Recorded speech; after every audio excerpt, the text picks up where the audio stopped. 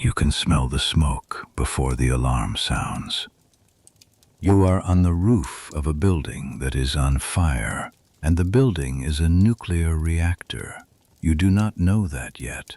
You know the roof is hot, hotter than any roof you have ever walked. You know the gravel is wrong. You know something beneath your boots is not gravel. You reach down and pick it up. It is heavy, it is warm, it glows faintly at the edge, as though it is still thinking about being something else. You drop it. Later you will understand what it was. Later you will understand what that means for your hand. It is 1:28 in the morning, and the sky above Chernobyl is on fire. Not with orange flames, with something else. A pillar of blue-violet light rising from a building that no longer has a roof. The color exists somewhere between ultraviolet and impossible. The men around you point at it. Some of them have never seen anything like it. None of them have. No one alive has seen anything like it, because nothing like it has ever happened before. Your dosimeter reads 3.6 Roentgen. The needle is pressed hard against the limit of its range. It cannot read higher. It does not mean the radiation is 3.6 Roentgen. It means the dosimeter has given up trying to tell you the truth. Within 2 hours, your stomach turns over. You think it is the smoke. Within 4 hours, you cannot stand without help. You think it is exhaustion. Within 6 hours, you are in a hospital bed, and the skin on your forearm has begun to change color. You have a wife. Her name is Lyudmyla. She is 23 years old, and she is asleep in your apartment 3 kilometers from this building. She does not know what is happening. No one has told her. No one has told anyone. The city of Pripyat, 49,000 people, will go to sleep tonight and wake up tomorrow morning and send their children to school. Not because they are uninformed, because the people who know have decided that telling them would be worse than not telling them. Your name is Vasyl. You are 26 years old. You have been married for 3 months. You went to work tonight at midnight, and you are not going home. This is Quiet History at Bedtime. If this is your kind of story, a subscribe means everything right now. Every detail in this story comes from the historical record. Just relax and feel free to let this play as you drift off to sleep. Now, let us begin. Your name is Vasyl Ihnatenko. You are 26 years old. You are a firefighter assigned to fire station number 6 in the city of Pripyat, Ukrainian Soviet Socialist Republic. Tonight, the night of April 25th, 1986, rolling into the early hours of April 26th, you are on the overnight shift. You have been at this station for 4 years. You are good at your job. You are one of the men other men look to when something goes wrong. You have been married for 3 months. Lyudmyla is 23. You live in a 1-bedroom apartment in Pripyat that is modest by any standard but is yours, which means it is everything. The apartment came with the job. Most things in Pripyat came with the job. That is how this city was built. To attract workers for the plant, to give them reason to stay. The city itself is less than 16 years old. It was founded in 1970, purpose-built, planned from the first stone, designed by Soviet architects who understood that if you wanted people to live near a nuclear power station, you had to give them something worth living for. They built it well. There are parks. There is a river beach. There is a Ferris wheel in the central square. It was supposed to open this weekend, May 1st, for the Soviet holiday. The city has 16 schools. It has a hospital. It has a supermarket that is better stocked than most supermarkets in the Soviet Union, because the workers at the Chernobyl nuclear power plant are not ordinary workers. They are the workers of the future. The plant they operate is the flagship of Soviet nuclear ambition, and the city that houses them reflects that. The average age in Pripyat is 26, exactly your age. This is not a coincidence. It is a recruitment fact. Young engineers, young technicians, young couples starting their lives inside a model of what Soviet society could be. You are not an engineer. You are a firefighter. But you are part of the same fabric. The men and women who make the plant possible, who keep the city running, who represent the Soviet promise made physical. The Chernobyl nuclear power plant sits 18 kilometers north of the city. It has 4 operating reactors and 2 more under construction. The reactor at the center of tonight's events is Unit 4, an RBMK 1000, which stands for Reactor Bolshoi Moshnosti Kanalny, a high-power channel reactor. The RBMK is a Soviet design unique to the Soviet Union, used in no other country on Earth. It runs on low-enriched uranium. It is large enough that it can be refueled while running, which is an economic advantage. You do not have to shut it down to add fuel. This also means it contains, at any given moment, roughly 190 metric tons of uranium fuel. Its graphite moderator, the material that controls the nuclear reaction, weighs 1,700 metric tons. The RBMK 1000 produces 1,000 megawatts of electrical power, enough to run a city the size of Kiev. It has a design flaw. The men running it tonight do not know about this design flaw, because the document describing it is classified. It will remain classified for several more years.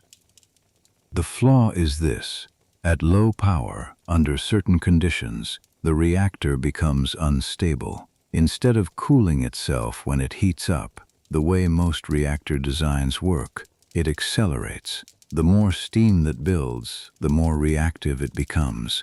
The technical term is positive void coefficient. The practical term is, if something goes wrong at low power, it goes wrong very fast. At 1 hour 23 minutes and 4 seconds in the morning of April 26, 1986, something goes wrong at low power. You are in the station's common room when the alarm sounds. The room smells of coffee and machine oil and the particular stale warmth of a room that has been occupied all night by men who are paid to wait. There is a card game on the table. No one is particularly interested in the card game. Sasha has been asleep in his chair for the last hour with his hand still holding 3 cards. Petro is reading something. You have been writing a letter to your mother in Kherson, which is 700 kilometers south of here, which might as well be another country. You write to her once a week. She writes back. This is how you stay attached to before the plant, before Pripyat, before Lyudmyla, before the life you have now, which you are only just beginning to understand is yours. The alarm is the kind of alarm that empties a room without discussion. You are on your feet and moving before the second pulse. This is not thought. It is the body doing what 4 years of repetition have taught it to do. Your gear is on the rack where it always is. You know exactly where your hands need to go. Coat, helmet, gloves. The truck engine turns over. Leonid Taliatnikov, your station commander, is already in the front. He is 33 years old. He has been doing this longer than any of you. He does not look alarmed. He looks focused. which is a different thing. The call came in as a fire at the reactor building. 4th unit, roof fire, possibly electrical. This is not unusual. Industrial facilities have fires. Roof fires happen. Electrical fires happen. You have been to the plant before for smaller incidents, nothing dramatic. You go, you assess, you work. Tonight will be the same. This is what you believe at 1:28 in the morning. The drive to the plant takes 8 minutes. Pripyat at this hour is perfectly still. The wide Soviet boulevards, planned wide enough for military vehicles, which was always the secondary purpose of Soviet urban planning, are empty. The street lamps cast orange pools on the pavement. You pass the supermarket, the school, the park with the Ferris wheel. The Ferris wheel stands dark and motionless against the sky. You will not see it turn. You are traveling north. The plant is visible from most of the city on a clear night. A long horizontal structure with cooling towers and the distinct silhouettes of the reactor buildings. Tonight there is something above the 4th unit that is not a normal light. It is visible from the truck. Lyudmyla sees it first. He says nothing. You arrive at the plant perimeter at 1:28. Other trucks are already here. Units from the plant's own fire brigade, the men who work inside the fence. Their commander, Major Leonid Pravik, is 23 years old. He is the first man to arrive at the scene. He will not survive the month. The plant grounds are wider than they look from the road. The reactor buildings are massive, each unit a multi-story concrete structure, vented and sealed in the way that industrial structures of this kind have to be. The 4th unit building no longer has an intact roof. Part of it, a large part, has been displaced upward and landed elsewhere. You can see debris in the courtyard, large pieces of something dark and heavy that do not look like concrete. They are graphite blocks from the reactor core. You do not know that yet. Lyudmyla is already coordinating with the plant brigade. The fire is on the roof of the machine hall, a separate structure adjacent to the reactor building itself, and also on the roof of the reactor building's 3rd unit, which shares a wall with the 4th. The concern is containment. If the fire spreads along the shared roof to the 3rd unit, a 2nd reactor could be compromised. This is understood immediately. The priority is not the 4th unit. It is already beyond what fire will fix, but the 3rd. Keep the 3rd unit safe. Keep the rest of the plant from following. You and your crew take the machine hall. You put on your gear and you go in. The machine hall is the building where the steam turbines convert reactor heat into electrical power. It is a large industrial space, several hundred meters long, and tonight it is on fire in sections. The turbine oil, lubricant for the massive spinning shafts, has caught. Oil fires burn differently from wood or structure fires. They produce a black, suffocating smoke that drops visibility to almost nothing. The heat builds sideways along the ceiling before it comes down. Your mask gives you breathable air. Your coat gives you some protection from radiant heat. Neither gives you radiation protection, but this is not a thought that has been clearly formed yet. The word radiation has been said, but in the context of a facility where radiation is always technically present, it carries less weight than it should. There are background levels. There are acceptable levels. There is a vocabulary of control that makes nuclear work feel manageable, and you exist inside that vocabulary. You move in pairs. You have the hose. The pressure behind you is good.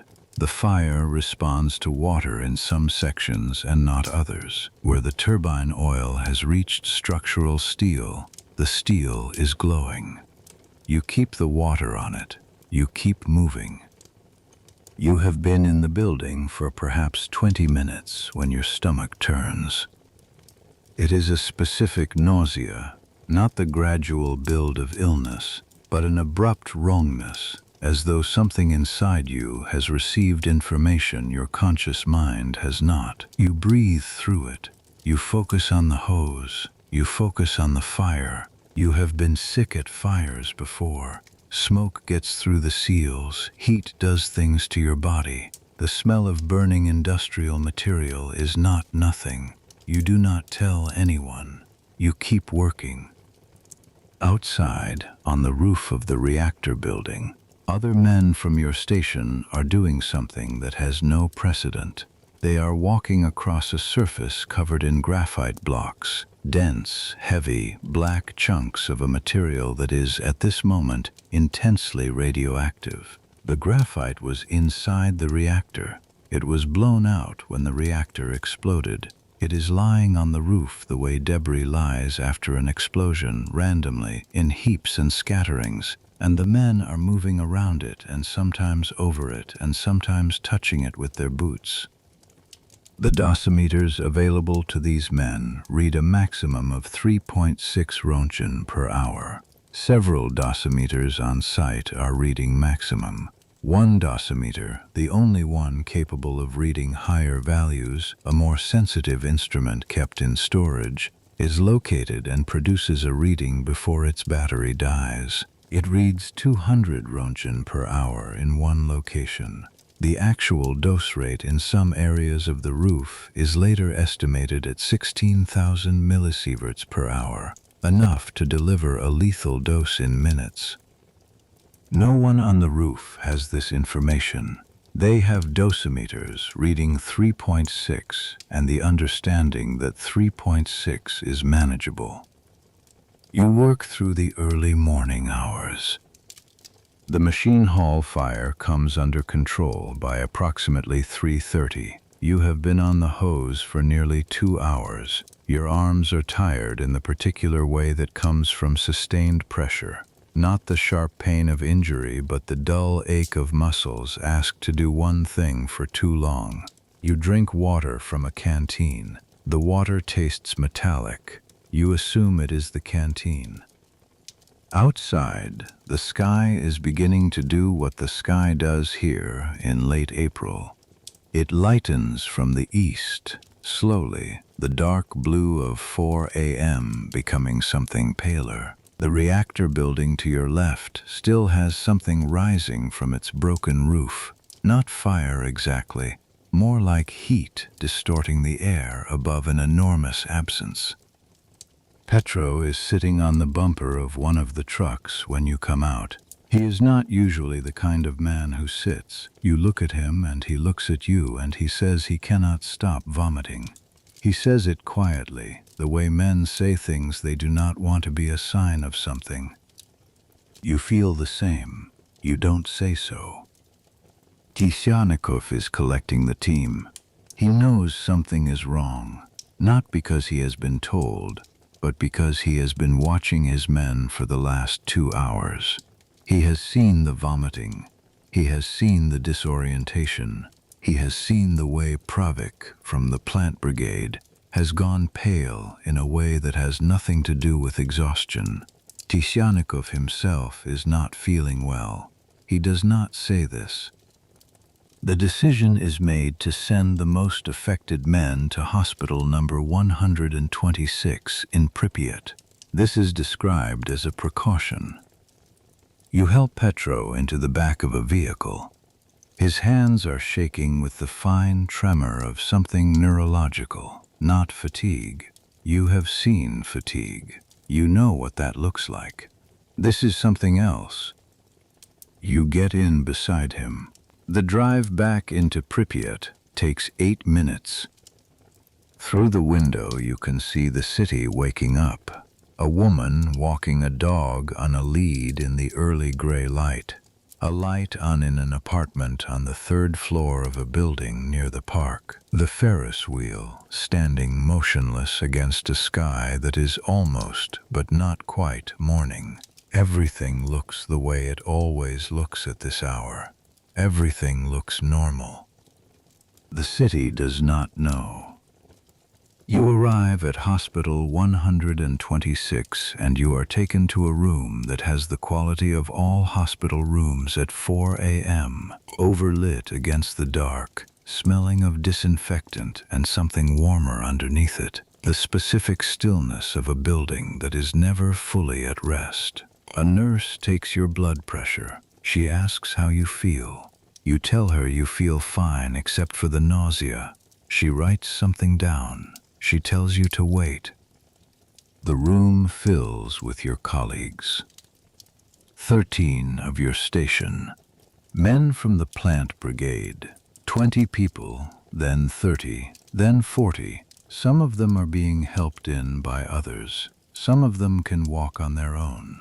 The ones who were on the roof of the reactor building are the ones who cannot stand without holding something. One man's skin on his hands and forearms has a redness to it. Not sunburn, something deeper than sunburn, as though the damage is coming from inside the tissue rather than the surface. You look at your own forearms. You are not sure what you see.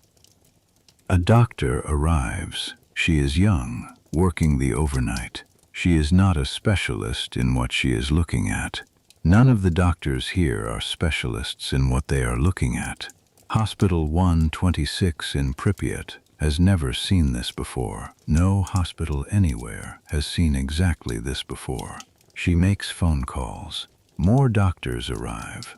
The word Moscow is spoken for the first time.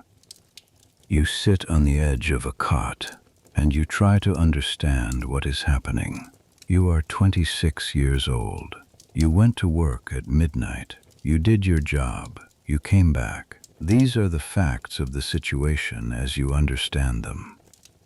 What you do not understand, what no one in this building fully understands yet, is the mechanism of what happened inside that reactor building in the 1.3 seconds between 1 hour 23 minutes and 3 seconds and 1 hour 23 minutes and 4 seconds. What you do not understand is that the power output of Unit 4 spiked to 30,000 megawatts in that interval, 30 times its normal maximum, before the reactor vessel ruptured. What you do not understand is that the explosion sent the reactor's 1,000 metric ton lid straight up through the roof. What you do not understand is that the graphite blocks on the roof where your colleagues walked are pieces of the reactor's living core, the most radioactive material on the surface of the Earth tonight, and that some of the men in this room have absorbed doses that no human body was designed to survive. You know that your stomach feels wrong. You know that the metal taste in your mouth has not gone away. You know that Petro, across the room, has fallen asleep sitting up, and that the color of his face is not a color you have seen on a living face before. You lie back on the cot. The fluorescent light above you hums at a frequency just below hearing. Outside the window, east-facing, you notice the sky is now definitively morning. April 26, 1986. A day that will be given many names in many languages in the years to come. Right now, it is just the day after the night shift. It is just the morning after. You close your eyes. In the room around you, the monitoring begins. Blood is taken. Vomit frequencies are noted. Skin changes are photographed. Someone from the plant's administration arrives and speaks quietly with the senior doctor. The word classified is used. The doctor nods in a way that means she understands what she is being asked to do and does not fully agree with it but does not see a way to refuse. Outside, on the streets of Pripyat, The city continues to wake up. The school day will begin in a few hours. Mothers are making breakfast. A delivery truck unloads produce at the back of the supermarket. The Ferris wheel in the central square waits for May 1st, for the holiday, for its first turn. The city does not know. You sleep for a while, a thin, restless sleep crossed by dreams you will not remember. When you wake, the light through the window is mid-morning light, and your wife is standing in the doorway of the room, and she is looking at you with an expression you have not seen on her face before. Not fear exactly, something beneath fear, something that fear sits on top of. She has heard. Someone called her. She came. She is 23 years old, and she is standing in the doorway of a hospital room on the morning of April 26, 1986, and she does not yet know what she is walking into. You hold out your hand. She walks across the room, and she does not hesitate at the doorway, the way visitors sometimes hesitate. She comes straight to the cot, straight to you, and she sits down beside you, and she takes your hand in both of hers, and she holds it the way you hold something when you are afraid of it going somewhere. Lyudmyla is 23 years old. She works at the Pripyat Cultural Center, organizing programs, booking the small theater inside the Palace of Culture where children's performances happen on Saturday afternoons. She is practical and quick and not given to drama. She did not marry a firefighter while being afraid of what firefighters do. She understood the job when she said yes to the job, which means she understood the nights and the calls and the particular quality of waiting that comes with loving someone who runs toward things other people run from. She is holding your hand now, and she is not asking questions. She is just holding it. You say, "I'm fine." She says, "I know." Neither of these things is completely true, and you both understand that.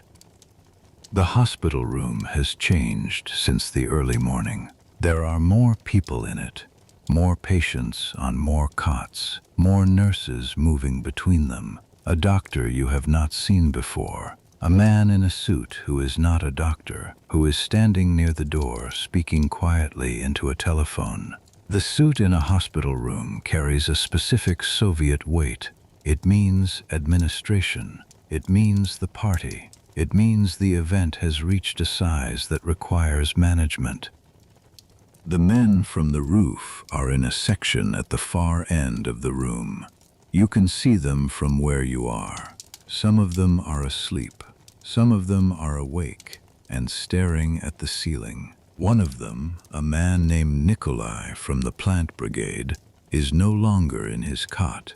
A nurse tells you, when you ask, that he has been moved to a different room. She says this without looking at you, the way someone delivers information they have been instructed to deliver without embellishment. You understand that move to a different room means something specific. Lyudmyla squeezes your hand. You think about the roof. You were not on the roof. You were in the machine hall. This distinction is beginning to feel like it might matter, though you cannot yet fully articulate why.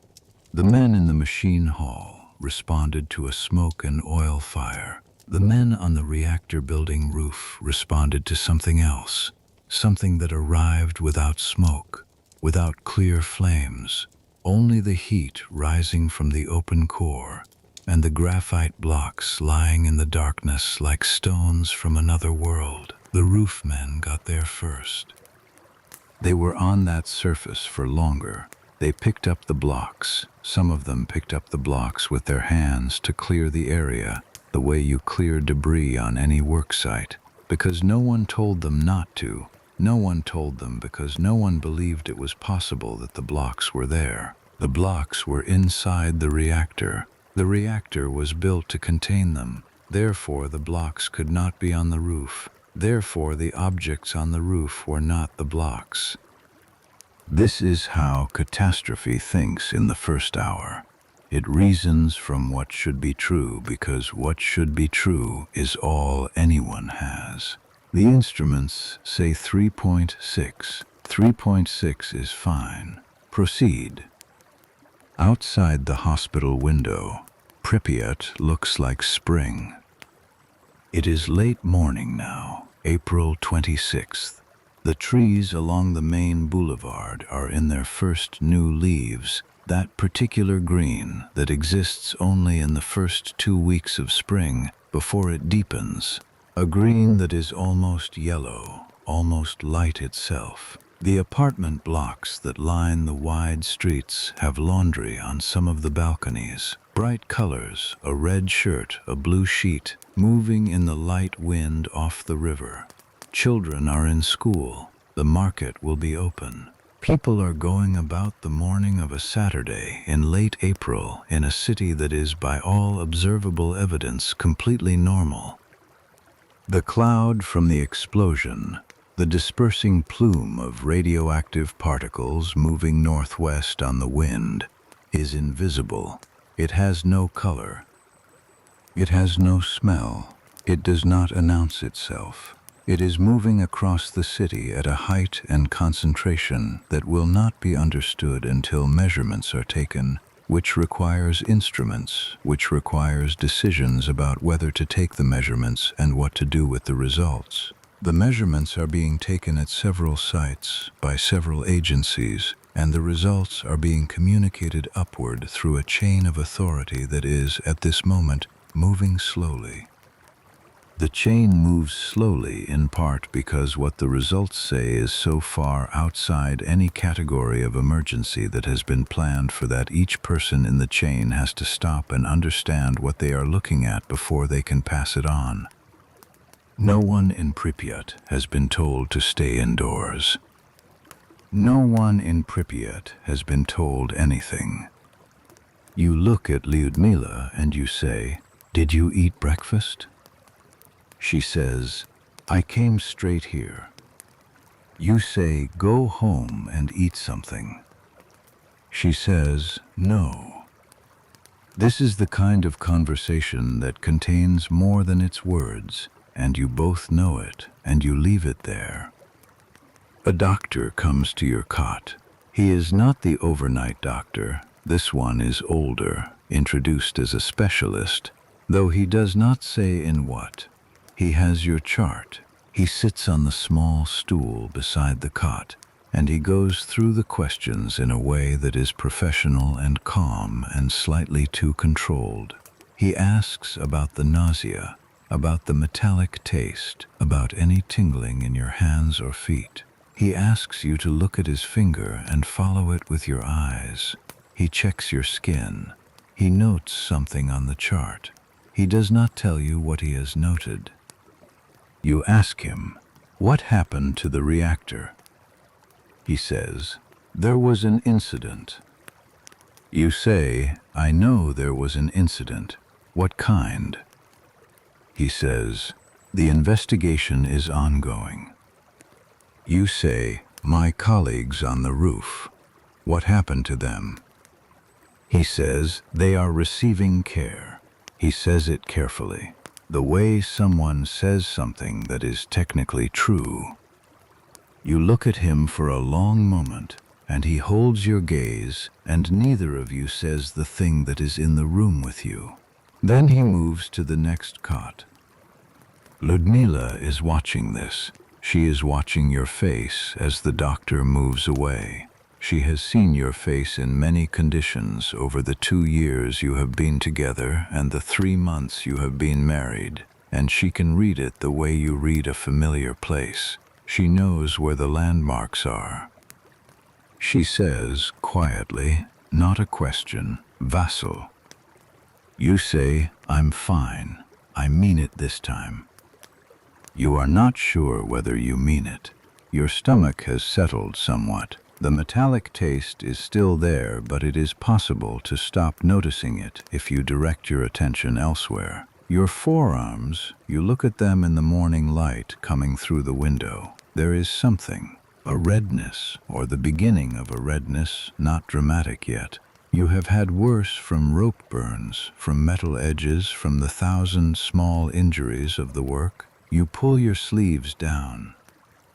In the corridor outside, you can hear the phone ringing.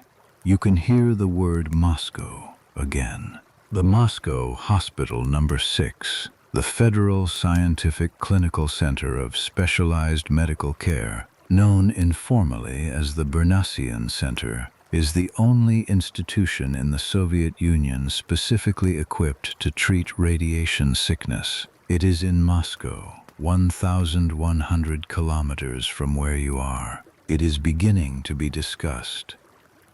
What is also beginning to be discussed, in rooms you do not have access to, in telephone calls you cannot hear, is the question of the city.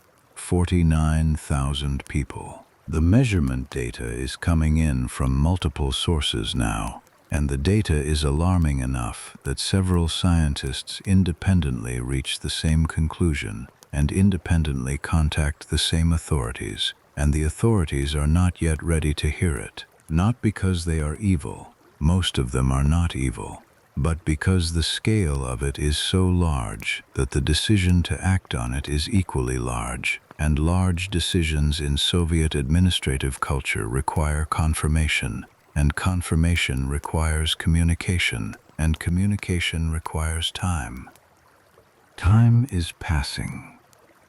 In the ward, the afternoon begins. Petro is sleeping on the cot across from yours. His breathing is regular. He woke twice in the morning to vomit, and then lay back down and closed his eyes with the deliberate stillness of someone managing a body that is not cooperating. You have known Petro for 3 years. You met at the station. He is from Poltava, which is a city in the middle of Ukraine where the flat land goes on long enough to make a person either philosophical or bored. And Petro is philosophical. He reads history. He owns more books than anyone you know on a firefighter's salary. He lent you a biography of Shevchenko once. You returned it and told him it was good, which was true. You watch him sleeping and you think about the fact that he was on the roof. Not for long. 20 minutes, perhaps 30.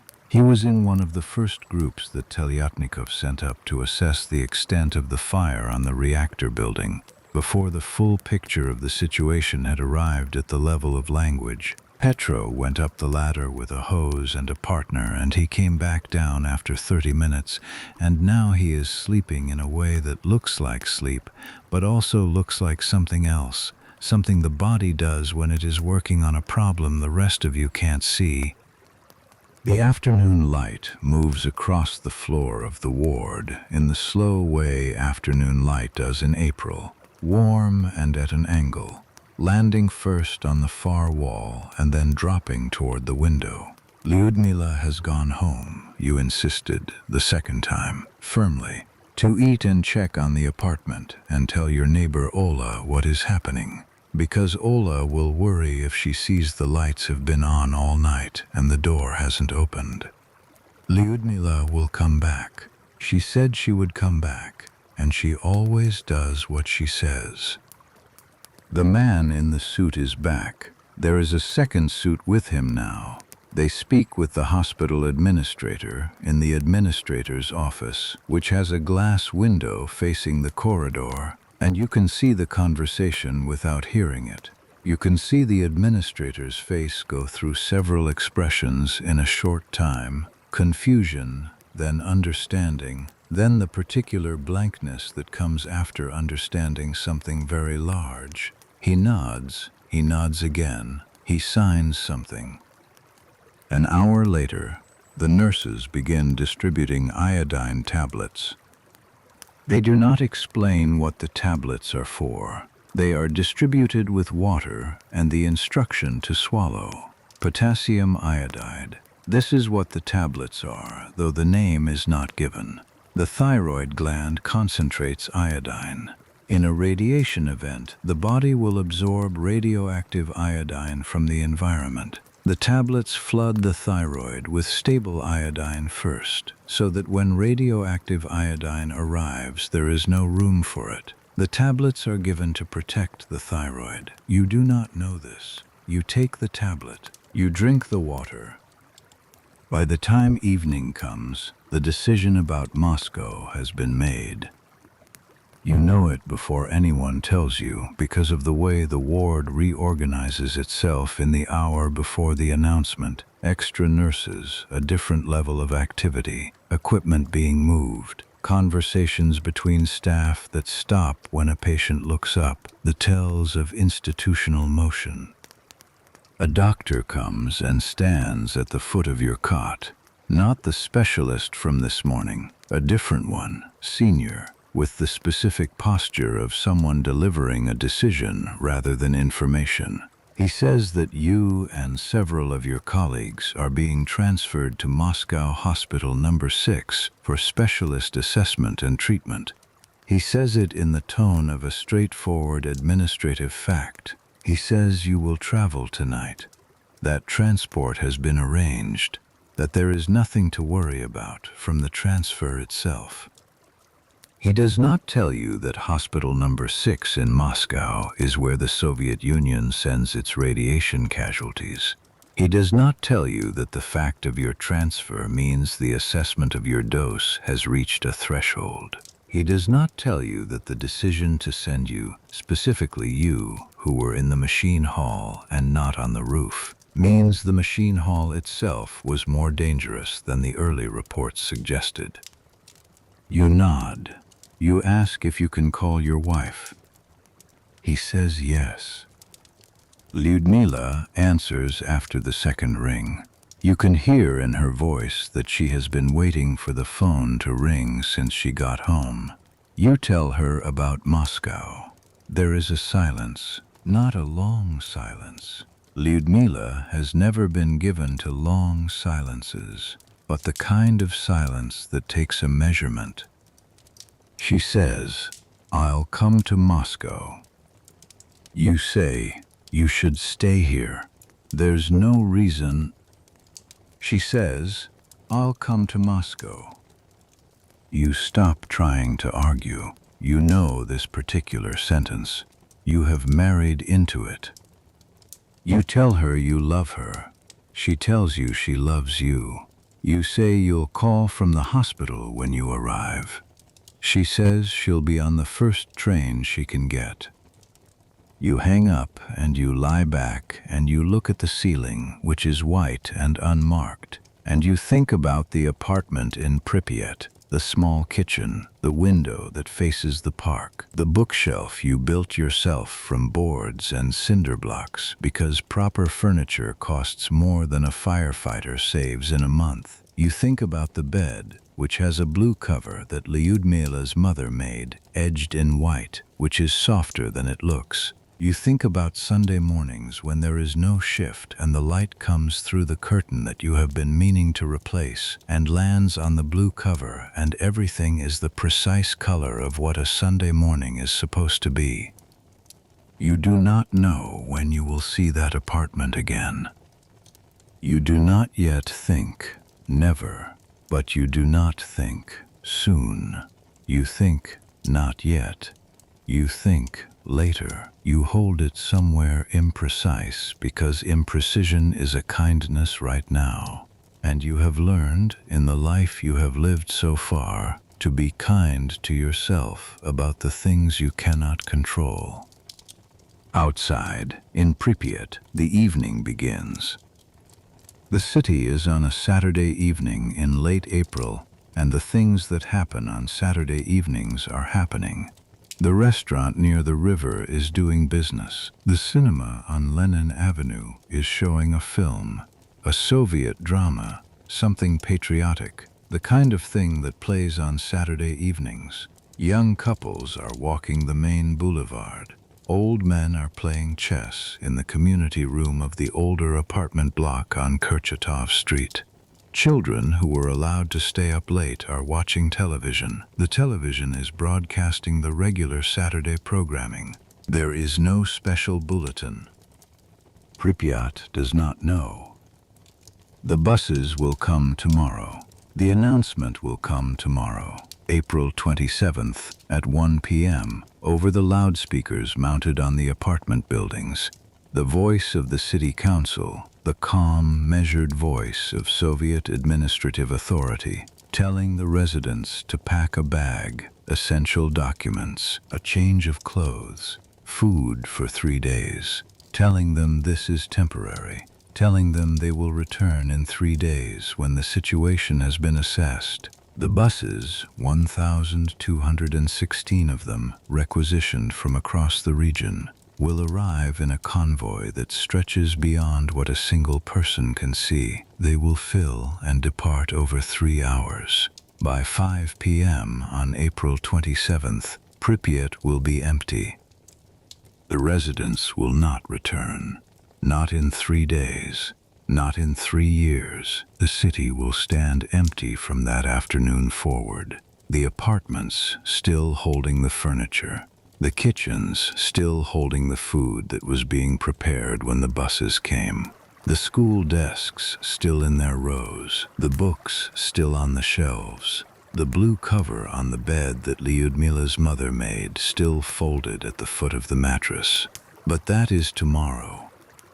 Tonight the city is still a city. The transport arrives at the hospital at 9 p.m. Buses, military adjacent, nothing that announces what they are for. You are helped out to the vehicle, not because you cannot walk, but because the nurse insists, and the insistence is firm enough that you do not resist it. Petro is brought out on a stretcher. He opened his eyes when they came for him and tried to sit up and managed it briefly before a nurse put a hand on his shoulder and he lay back down. He looked at you across the ward. He made a face, a small face, the kind of face that says, well, the kind of face that contains an entire relationship in a fraction of a second. You nod at him. He nods back. You board the bus. The other men from the station are here. 13 of you who came from Fire Station 6. You count them without intending to. It is the reflex of a person accustomed to accounting for his team. Sasha, Dmitro, Mykola, the others. You can see the ones who were on the roof. There is a quality to them now, not visible exactly, more like a vibration just outside normal light. A particular stillness in the way they hold themselves that is different from tiredness. Telyatnikov is not here. You learn from the nurse that Telyatnikov has been given a different assessment. His dose may be different. His specific situation is being evaluated. You do not press for more information than that. The bus moves through Pripyat. The streets are the same streets. The buildings are the same buildings. The lights in the apartment windows are yellow and ordinary. A dog crosses the road ahead of the bus and disappears between 2 buildings. An old woman with a bag of groceries stands at the corner of Sportivna Street waiting for a tram. The tram comes and she gets on and the tram moves away and the corner is empty. You watch all of this through the bus window. You cross the bridge over the Pripyat River, the wide, slow river for which the city is named, the river that will receive its share of what has happened in the coming days as runoff and leachate work their way through the soil toward the water table, though you do not know this yet. The river is dark and smooth at this hour, reflecting the orange of the streetlights in long broken lines across the surface. You have swum in that river. In summer, everyone swims in that river. The beach on the south bank, the families and the children, the particular freedom of summer in a Soviet city where summer is short and given to fully. The bus does not slow down at the bridge. It crosses without stopping. carrying you north, carrying you away from everything that is yours. The plant is visible ahead, even at night, even now. There are lights across it, the lights of response, of assessment, of the hundreds of officials and scientists and military personnel who have been arriving since the early morning. The fourth unit building, from this distance, in this light, looks incomplete. It looks like a building mid-construction, rather than a building that has been destroyed. The darkness at the center of it is difficult to read from a moving vehicle. You look at it for as long as it is visible. You look at it the way you look at something you want to remember. Then the road curves and the trees come between you and it is gone. The drive to Kiev takes approximately 3 hours. Kiev is where the airport is. There are aircraft waiting. You sleep some of the way, a sleep unlike the sleep of the morning. Deeper, less interrupted. The sleep of a body that has decided to prioritize its own repair over whatever the mind might want to do with the time.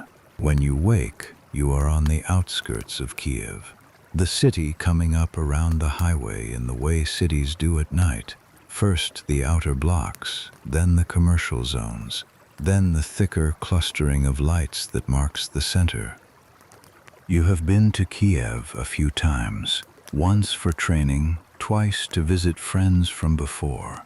It is a real city, much larger than Pripyat, older, with the weight of history in its architecture, in a way that Pripyat, at 16 years old, does not yet have. You pass the great river again, the Dnipro this time, wider than the Pripyat, one of the largest rivers in Europe, and even at night the width of it is impossible to miss. The bridge over it long enough that you can see the city's lights reflected in the dark water for the full crossing. The airport is quiet at this hour. You are brought to a section away from the main terminal. A side entrance, no crowds, no other travelers. There is an aircraft on the tarmac, a small Soviet jet, and there is medical equipment being loaded into it. You board with the others. The flight to Moscow takes an hour and 15 minutes. You sit in a seat that is designed for function, not comfort. The cabin is mostly your colleagues and the medical staff traveling with you. One of the nurses, young, with the particular efficiency of someone trained in emergency medicine, comes through twice taking notes and checking vitals. She has a clipboard and a face that gives nothing away. She is very good at her job. You can tell by the way she moves that she has done something like this before, or something close to it, close enough that she has developed a set of automatic responses that do not require her to process what she is seeing in real time. You watch the darkness out the small window. There are no lights to read. You are above the clouds, and below the clouds there is the deep rural darkness of Ukraine giving way to the deeper rural darkness of Russia. The Soviet Union is very large. You know this abstractly, and you feel it now, in the darkness passing beneath you, in the distance between where you started and where you are going, in the particular aloneness of traveling fast at night above a country that is, in its scale, almost incomprehensible. You think about Lyudmyla saying, "I'll come to Moscow." She said it the way she says things she means. The same tone as, "I'll marry you." The same tone as, "I'm not going anywhere." She will call her sister. Her sister will take her to the train station. She will get on the first train to Moscow, and she will arrive at Kievsky station in the morning, disoriented from the overnight journey and looking for the address of hospital number 6, which she will have written on a piece of paper in her careful, round handwriting. She will find it. She will come. You know this the way you know certain things, not by reasoning but by the fact of having paid attention to who a person is. The plane begins its descent into Moscow at close to 1 a.m. The lights of the city come up below the wing. The density of them first, then the patterns, then the specific illuminations of the capital, which is bigger than Kiev by an order of magnitude, a city of 8 million people, the center of everything. The lights do not diminish. They expand as you descend, more and more of them, the city not running out at its edges the way smaller cities do. The lights continuing in every direction to the horizon and beyond, a continent of electricity. You land. The ambulances are waiting on the tarmac. This is the moment when the scale of what has happened reaches you most clearly. Not the explosion, which you did not see, not the reactor building, which you saw from a distance and did not yet understand, not the hospital in Pripyat, which you understood partially and incompletely, but the ambulances waiting on the tarmac in Moscow at 1 in the morning, 5 of them, lights running, the personnel standing by the open rear doors, the particular organized efficiency of a response that has been prepared for something specific. They did not send ambulances to the Pripyat hospital. You walked in, you sat on the cot.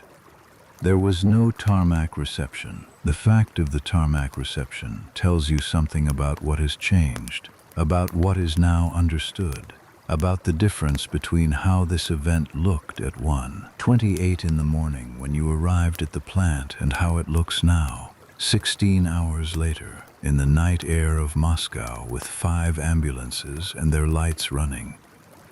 You are lifted out of the aircraft on a stretcher. You try to stand. The nurse puts a hand on your shoulder and shakes her head. You lie back. The stretcher moves across the tarmac, and the night air is cold, colder than Pripyat. Moscow is always colder in late April, and the sky above is clear and the stars are very bright at this distance from the city's center. You look at the stars for the seconds you can see them, between the aircraft and the ambulance doors. Then the doors close, and the vehicle moves, and you are in Moscow, and the night continues outside you, the enormous ordinary night of a city of 8 million that does not know what has happened, that is sleeping in its millions, that will wake tomorrow and read Pravda over breakfast and find, on an interior page, 4 sentences describing a minor accident at a nuclear facility in Ukraine. Measures are being taken. The situation is under control. There is nothing to concern the public. 4 sentences. You do not know this yet. You will learn it later, in the particular way you learn most things in this period. Not all at once, not cleanly, but through accumulation, through the things people do not say, through the gap between the official language and the faces of the people using it. Hospital number 6 is the Federal Medical Biophysical Center, the Bernician Center as it is known informally among those who know it at all, which is not many. It was established in 1946, the year after Hiroshima, the year the Soviet Union understood that it was now in the nuclear business, and that the nuclear business would at some point produce casualties that ordinary hospitals could not handle. It has been handling those casualties since the earliest days of the Soviet nuclear program. The scientists, the test workers, the men who built the bombs and the reactors and the processing facilities, and sometimes stood too close to the things they were building, this is where they come. It is the only institution of its kind in the Soviet Union. It has the specialists, the equipment, the protocols, and, most importantly, the experience. The experience is not large. Radiation casualties severe enough to require this level of care are rare. even in a country building nuclear weapons and nuclear reactors as fast as it can. But rare is not zero. The doctors here have seen things. They know the progression. They know, when a patient arrives, approximately what the next days and weeks will look like based on the presenting symptoms, the timeline of exposure, and the initial blood counts. What they have not seen, what no one anywhere has seen, is 28 critically irradiated patients arriving in a single night from a single event. This is new. This is outside the protocols. The protocols will be followed as far as they go and then improvised beyond. You are taken to a ward on the second floor. The room has 6 beds. 4 of them are already occupied by men you do not know, other plant workers, arrivals from earlier in the day, the first wave. They are asleep, or something that looks like sleep. The walls are painted the institutional green that exists in hospitals in every country that has ever painted a hospital wall. There is a window. Beyond the window, the rooftops of Moscow at 2 a.m., and beyond the rooftops, the enormous dark of the city's sky pressing down on a city that is, tonight, entirely unaware of you. A doctor comes. She is middle-aged, with short, dark hair and the composed manner of someone who has spent a career organizing her responses to difficult things. Her name is Angelina Guskova. She has been working in radiation medicine since 1949. She is one of the foremost experts on acute radiation syndrome in the world, though the world does not know much about her because the world does not know much about her patients, because her patients are classified information. She has treated victims of criticality accidents at Soviet nuclear facilities. She has treated workers from processing plants who absorbed doses over years that produced slow, cumulative damage. She has a schema in her head, a taxonomy of radiation illness, that she has built over 37 years of cases, and she is, tonight, applying it to you. She does not introduce herself by her title. She gives her first name and patronymic, and sits on the stool beside your bed with a chart on her knee. She asks questions in a direct, specific sequence that tells you she already knows what she is looking for. She asks about the timeline. When you arrived at the plant, where you worked, how long, what you touched, whether you vomited, and when the first time was, whether the vomiting has stopped or continued. She asks about your hands. She takes your hands in hers and looks at them in the light with the focused attention of someone reading a text. She notes something on the chart. She moves to your forearms. She does not tell you what she sees. She asks, "Is your wife coming?" You say yes. She's on the train. She nods. She makes a note. The note, you understand without being told, is about Lyudmyla. About what Lyudmyla will be permitted to do when she arrives, about how close she will be allowed to come, about the precautions that will need to be taken. You do not ask about this directly. You are not sure you want the direct answer yet. She says, "Rest tonight. We will talk in the morning when I have the blood results." You say, "Is it serious?" She looks at you. It is a direct look, a look that contains neither false comfort nor the whole truth, because the whole truth at this moment is a set of numbers that do not yet exist, and a prognosis built on probabilities, and Guskova has learned in 37 years that partial truth at the right moment is more useful than either extreme. She says, "We will know more in the morning." She leaves. You lie back on the pillow. The pillow is clean and flat and hospital firm. The overhead lights have been turned off, and there are just the small lights above each bed. the amber pinpoint of a sleeping ward. The other men in the room breathe in their various rhythms. Outside the window, Moscow makes the sounds a city makes when it thinks no one is listening. A distant vehicle, a door somewhere, the low, persistent hum of a city's infrastructure, the electrical and mechanical underbreath of 8 million lives. You should sleep. You think about the roof instead.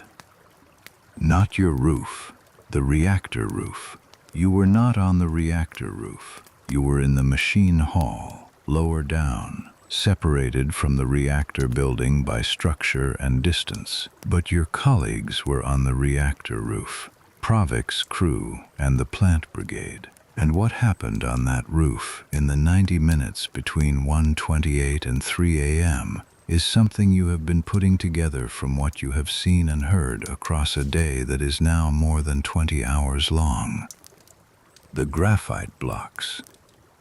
A nuclear reactor's graphite moderator in an RBMK 1000, those 1,700 metric tons of graphite exists to slow the neutrons produced by the fission reaction so that they can cause further fission. Without moderation, the chain reaction cannot sustain itself. The graphite is inside the reactor vessel. It is, during normal operation, the hottest and most radioactive material in the plant. It is also, during normal operation, inside a sealed structure designed specifically to keep it inside. The explosion in the fourth unit did not just breach the reactor vessel, it shattered it. It sent the graphite, the actual core of the reactor, the material that was at the moment of the power surge, producing neutrons at 30,000 megawatts, outward, upward, onto the roof, into the courtyard, some of it across the surrounding grounds. The men who walked on that roof walked across the living core of a reactor. The dose rates in those locations, you will learn this later, piecemeal, were not 3.6 Roentgen per hour. The accurate measurements, taken by instruments that could read higher than the field dosimeters, came back at figures that required a different unit of measurement entirely. Not Roentgen per hour, but Gray per hour. Not 3.6, but hundreds. Some locations on the roof were receiving dose rates of 8,000 to 16,000 millisieverts per hour. A dose of 6,000 millisieverts is considered universally lethal without immediate intensive intervention. A dose of 8,000 to 16,000 millisieverts per hour means a lethal dose is absorbed not over weeks or days, but in minutes. The men on the roof were there for 30 to 90 minutes. You lie in the dark, and you hold this understanding, and you let it settle into you the way cold water settles, finding the level, reaching the corners. Petro was on the roof for 30 minutes.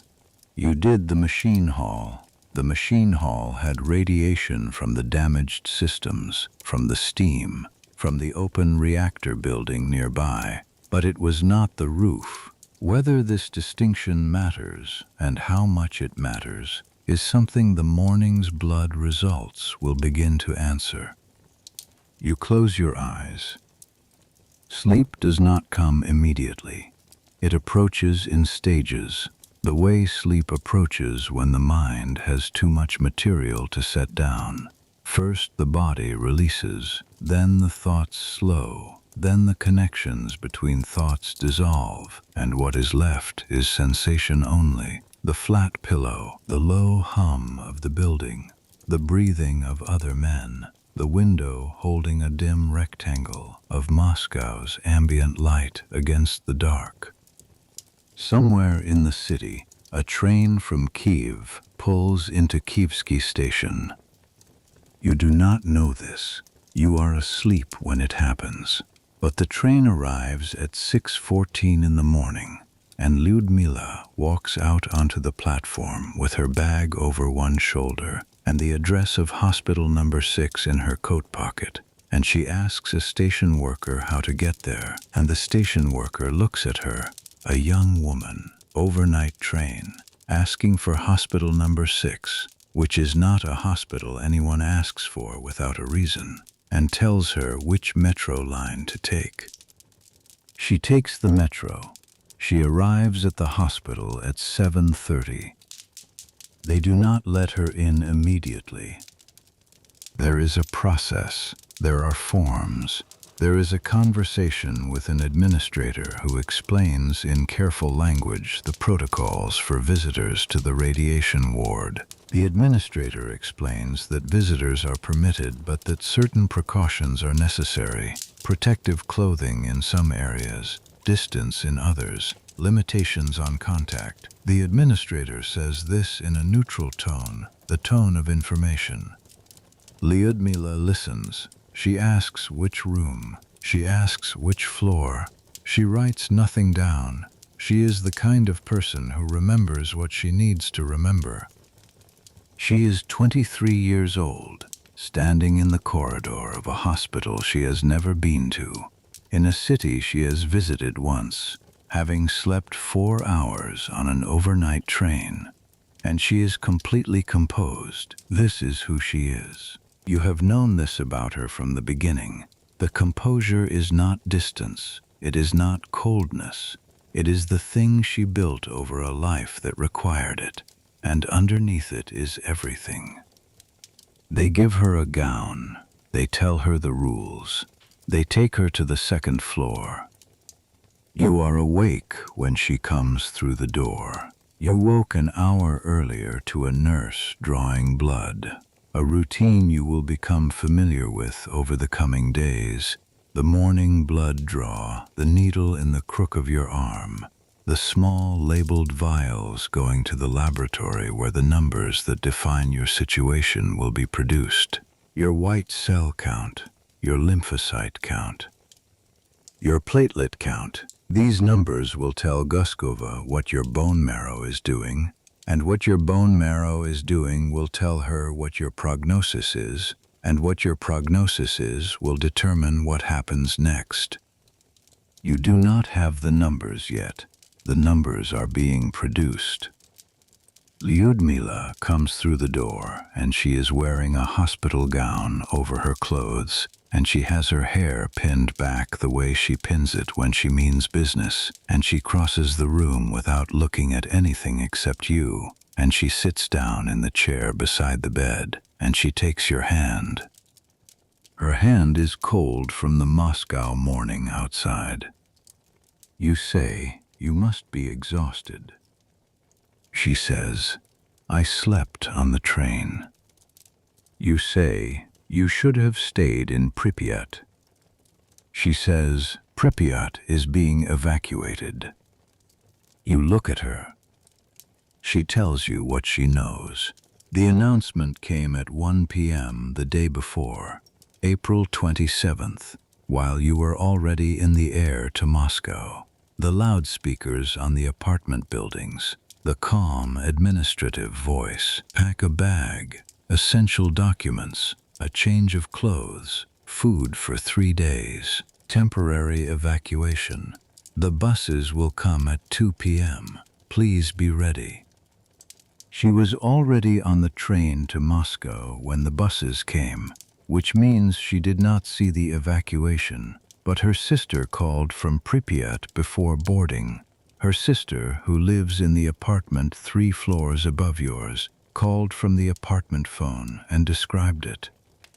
The street below filling with people. The convoy of buses, more buses than you could count from one window, stretching in both directions along the boulevard. The quiet that was not quite quiet. Not panicked, but dense with the particular weight of people understanding that something is happening that is larger than what they have been told. Her sister said, they told us 3 days. Her sister said, I don't think it's 3 days. Lyudmyla is telling you this in a steady voice, the facts in order, and you are listening, and you are understanding, and underneath the understanding is something you do not yet have a name for. Not grief, not fear, something more structural than either of those. The feeling of a foundation being assessed and found to be different from what you thought. The apartment, the kitchen, the window that faces the park, the bookshelf you built, the blue cover on the bed.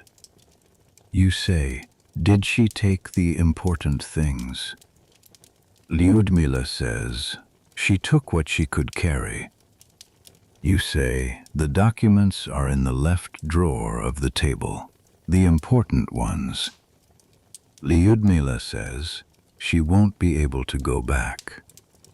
You say, I know. The room is quiet for a moment. The other men in the ward are beginning to wake. The sounds of morning, movement in the beds, a cough, someone asking a nurse for water. Outside the window, Moscow is fully daylight now. The April sun at a low spring angle. The rooftops catching the first light. It is a bright, cold, clear day. The kind of day that has no relationship to what is happening inside this building. The way weather almost always has no relationship to what is happening to the people under it. Guskova comes at 9 a.m. She has the blood results. She sits on the stool. She looks at Lyudmyla first, a brief assessing look, and then she looks at you. She has your chart open across her knee. She explains what the numbers mean in a way that is precise and relatively unsparing. She is not cruel, but she does not soften things to the point of obscuring them, because obscured truth is useless to a patient who needs to cooperate with their own treatment. Your white blood cell count is depressed, not severely, not yet, but the trend over the first draw is downward, which is what happens when bone marrow has been exposed to ionizing radiation. The bone marrow is the body's blood cell factory. It is also one of the most radiation-sensitive tissues in the body. When it absorbs a sufficient dose, it slows. The cells it produces, white cells, red cells, platelets, begin to decline. The white cells, which are the immune system, decline first and fastest. Guskova says, your exposure was significant. She says it carefully. She says the machine hall had higher contamination levels than the initial reports indicated. She says, we will know more as the picture develops over the next 48 hours. You say, the men on the roof. She says, they are being treated. You say, Pravik, the young commander, 23. She says, he is here. He is being treated. Her face tells you something that her words do not. Her face is composed, controlled, the professional surface of 37 years. But something in the composition gives a small signal, a micro-adjustment around the eyes, the kind of thing you learn to read only if you are paying very close attention to a face that is trying not to show you anything. You do not ask for more. You ask instead, what do we do now? She says, you rest, you eat what they bring you, you let us take blood when we need to, and you avoid contact with anyone who doesn't need to be here, because your immune system is going to become your primary concern. She looks at Lyudmyla. She says, this means limited contact. Gowns, hand washing. You will be given guidelines. Lyudmyla says, I understand. Guskova says, good. She stands. She looks at you once more. She says, you are not the worst case in this building. I want you to know that. She leaves. Lyudmyla looks at you, and you look at her, and the morning light comes through the window at its spring angle and lands on the floor between you, and there is nothing useful to say, and so neither of you says anything, and that is its own kind of language. The days begin to take a shape. The shape is the shape of hospital time, which is different from ordinary time, slower in some hours and faster in others, marked not by clocks primarily, but by the rhythm of procedures. The morning blood draw, breakfast at 7, the doctor's rounds at 9, medication at 10, a complex regimen that you take without asking too much about what each thing is for, because Guskova has explained the general logic, and you trust the general logic. Lunch, the afternoon, which is the longest part, the hours between the morning's activity and the evening. Dinner, the second blood draw of the day. The night. Lyudmyla comes every day. She comes in the morning and stays until they tell her she has to leave, which is mid-afternoon, and then she comes back in the evening for an hour. She stays at a hostel near the hospital, a place for the families of patients, basic, functional, warm enough. The hostel is paid for by the plant administration, which is paying for many things now in a way it was not paying for things 2 weeks ago. The plant administration is paying because the plant administration has been told to pay, and it has been told to pay because the government has looked at what has happened and understood that the cost of not paying is higher than the cost of paying. The Soviet state is making many calculations. On April 28th, 2 days after the explosion, a Swedish nuclear power plant detects elevated radiation on the clothing of one of its workers. The Swedish plant is not near Chernobyl. It is in Sweden, 1,100 kilometers from the reactor, and the radiation on the workers' clothing did not come from the Swedish plant. It came on the wind. The Swedes begin asking questions. They contact Soviet authorities. The Soviet authorities give no useful answer. The Swedes make their own measurements, identify the direction of origin, and issue a public statement. On the evening of April 28th, 66 hours after the explosion, 38 hours after the last resident left Pripyat, TASS, the Soviet state news agency, issues its first official statement about the accident. The statement is 9 sentences long. It describes a fire. It describes measures being taken. It does not describe the extent of the damage. It does not describe the graphite on the roof. It does not describe the men in hospital number 6. It does not describe the cloud moving across Europe, the invisible contamination dispersing into the air of Poland, Sweden, Finland, Germany, passing across international borders without papers or permission, settling into soil and grass and the thyroid glands of livestock. You hear about the Swedish situation from Lyudmyla, who heard it from her sister, who heard it on a radio broadcast that arrived through static and official interference. The details uncertain. Information arrives in fragments in this period, filtered through the layers of official silence, and you receive it carefully, holding it at a small distance, aware that what you have been told and what is true may not be the same thing. What you can observe directly without being told is the ward. By the end of the first week, 28 men occupy the radiation ward. They are sorted into rooms by severity, your corridor, then the corridor past the nurses' station, then the rooms at the far end where the protocols are stricter and the nursing more continuous. The sorting happened within the first 2 days, as the blood results came back and Guskova's assessments clarified who was where on the spectrum of exposure. You hear about the men you cannot visit through the particular information network that develops in any enclosed community. Fragments traded between the nurses on shift change, comments from the orderlies who move between corridors, things said in the hallway that float through an open door. Petro is 3 rooms down your corridor. He was on the reactor roof for approximately 30 minutes in the first hour. His blood counts are worse than yours, but better than some. He is still coherent. He has asked for books. The nurses report this with something between amusement and something they do not name, that a man in this situation would ask for books. A nurse brings him a novel from the hospital library. He reads it in a day. He asks for another. This is Petro. This is exactly Petro.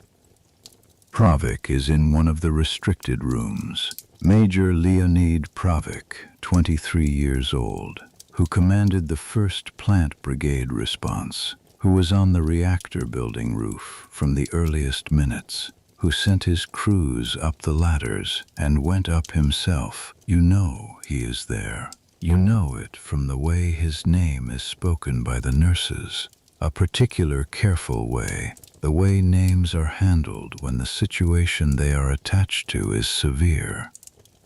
One morning in the 2nd week, you ask Guskova about him directly. She says he is fighting. You say, is he going to make it? She pauses. 1 second, perhaps 2. A pause short enough that a person not paying close attention would miss it. Then she says, we are doing everything available to us. This is the language she uses when the answer is no, but the situation has not yet resolved to no. When the probability has crossed a threshold that the outcome has not. You have been learning to read this language for 2 weeks, and you read it now clearly, and you lie back against the pillow, and you look at the ceiling, and you hold what you have just understood without speaking it. Pravik will die on May 11th. He will be 23 years old. He will be the 7th firefighter to die in hospital number 6. He will be buried in the Matino Cemetery in Moscow, in a zinc coffin sealed with welds, because radiation can leach through standard materials, and the authorities have decided that the bodies themselves are too contaminated to bury in ordinary ways. The zinc coffins will be embedded in concrete in the cemetery plots. His family will be told where. They will not be able to open the coffin. You do not know this yet. You know only the pause and the language and what both mean. The ceiling has a crack in it, a long, thin diagonal running from the light fixture to the far corner, a settling crack, the kind that appears in old plaster.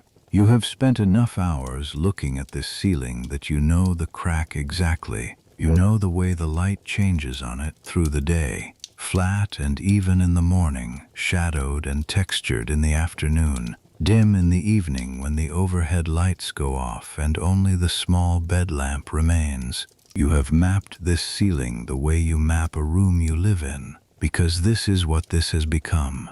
You live in this room. This is your room now. Your bone marrow is fighting. That is the medical language for what is happening inside you. The bone marrow, the soft tissue inside the sternum, the hips, the long bones of the legs, produces the blood cells that sustain life. White cells for immunity, red cells for oxygen transport, platelets for clotting. When bone marrow absorbs ionizing radiation above a certain threshold, its stem cells are damaged or destroyed. The production of blood cells slows. In severe cases, it stops. The immune system collapses. The body becomes unable to fight infections that it handles effortlessly under normal conditions. Bacteria that live ordinarily in the gut and mouth and skin move into the bloodstream, and the body has no defense. This is acute radiation syndrome, the hematopoietic form. The progression has 4 phases. The first phase, the acute reaction, lasted the first day. Vomiting, the metallic taste, the early skin changes. The second phase, the latent phase, is what you are in now. The body appears to stabilize. The worst symptoms of the first phase retreat. There can be a period of days or weeks in which a patient feels relatively functional. This stability is not recovery. It is the period between the initial damage and the body's attempt to respond to it. Underneath the apparent stabilization, the bone marrow is producing fewer and fewer new cells, and the cells already in circulation are aging and dying without adequate replacement. The third phase, the manifest illness phase, begins when the blood counts drop below critical thresholds. The immune system fails, infections take hold, the mucous membranes ulcerate, bleeding occurs in tissues that cannot clot. The severity of the third phase and the probability of survival through it depend on the initial dose absorbed and, critically, on whether the bone marrow retains enough undamaged stem cells to eventually reconstruct itself. Guskova knows all of this. She is tracking your numbers with the attention of someone reading a map of a journey whose destination is not yet determined. Each morning she sits on the stool with the chart, and she looks at the numbers and she compares them to the numbers from the day before and the day before that, and she calculates the trend and adjusts the treatment accordingly. The treatment is supportive, primarily. There is no pharmaceutical that repairs irradiated bone marrow. You can manage infections with antibiotics when they arise. You can transfuse blood and platelets when the counts fall too low. You can control nausea, manage pain, maintain nutrition through 4 when the gut is too damaged to absorb food normally. You can, in some cases, attempt a bone marrow transplant, replacing the damaged marrow with healthy marrow from a compatible donor, which is the most aggressive intervention available, and which was, in 1986, still a relatively new procedure with significant limitations and a mixed track record. Guskova and her team attempt bone marrow transplants on the most severe cases. 13 transplants are performed in the weeks following the accident, using marrow from donors identified through the Soviet health system and, in some cases, through international contacts. An American bone marrow transplant specialist, Dr. Robert Gale, arrives in Moscow in the first weeks and works alongside the Soviet team. This is unusual. International medical cooperation of this kind does not typically happen in the Soviet Union. It is happening now because the Soviet Union has, in private, acknowledged that it needs help that it cannot provide itself. Most of the transplants do not succeed. The donor marrow is rejected, or engraftment fails, or the patient dies of infection before the new marrow can establish itself. The failure rate reflects the state of the science. Bone marrow transplantation in 1986 is not what it will become in 20 years. The limitations are real. The Soviet doctors know this. Gale knows this. They proceed anyway because proceeding is the only thing available to do. Your case does not require a transplant. This is what Guskova tells you at the end of the second week. She tells you this in the specific way she delivers all information, directly, carefully, without embellishment. She says your marrow appears to be retaining enough function to recover without replacement. She says this is not certain. The counts are still being watched closely, but the trend over the past several days has been cautiously positive. She says the word cautiously, and you notice it, and you do not press her on it. Lyudmyla is in the chair when Guskova says this.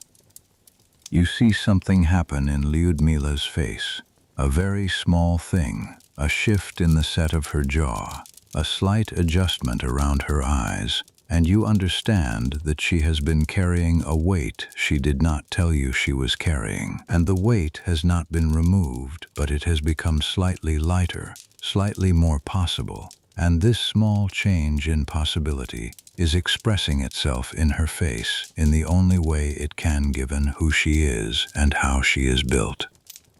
You look at her. She looks back at you.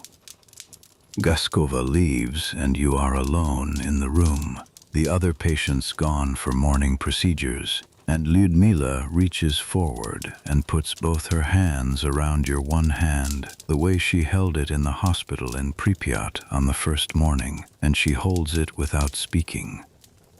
You think about the apartment.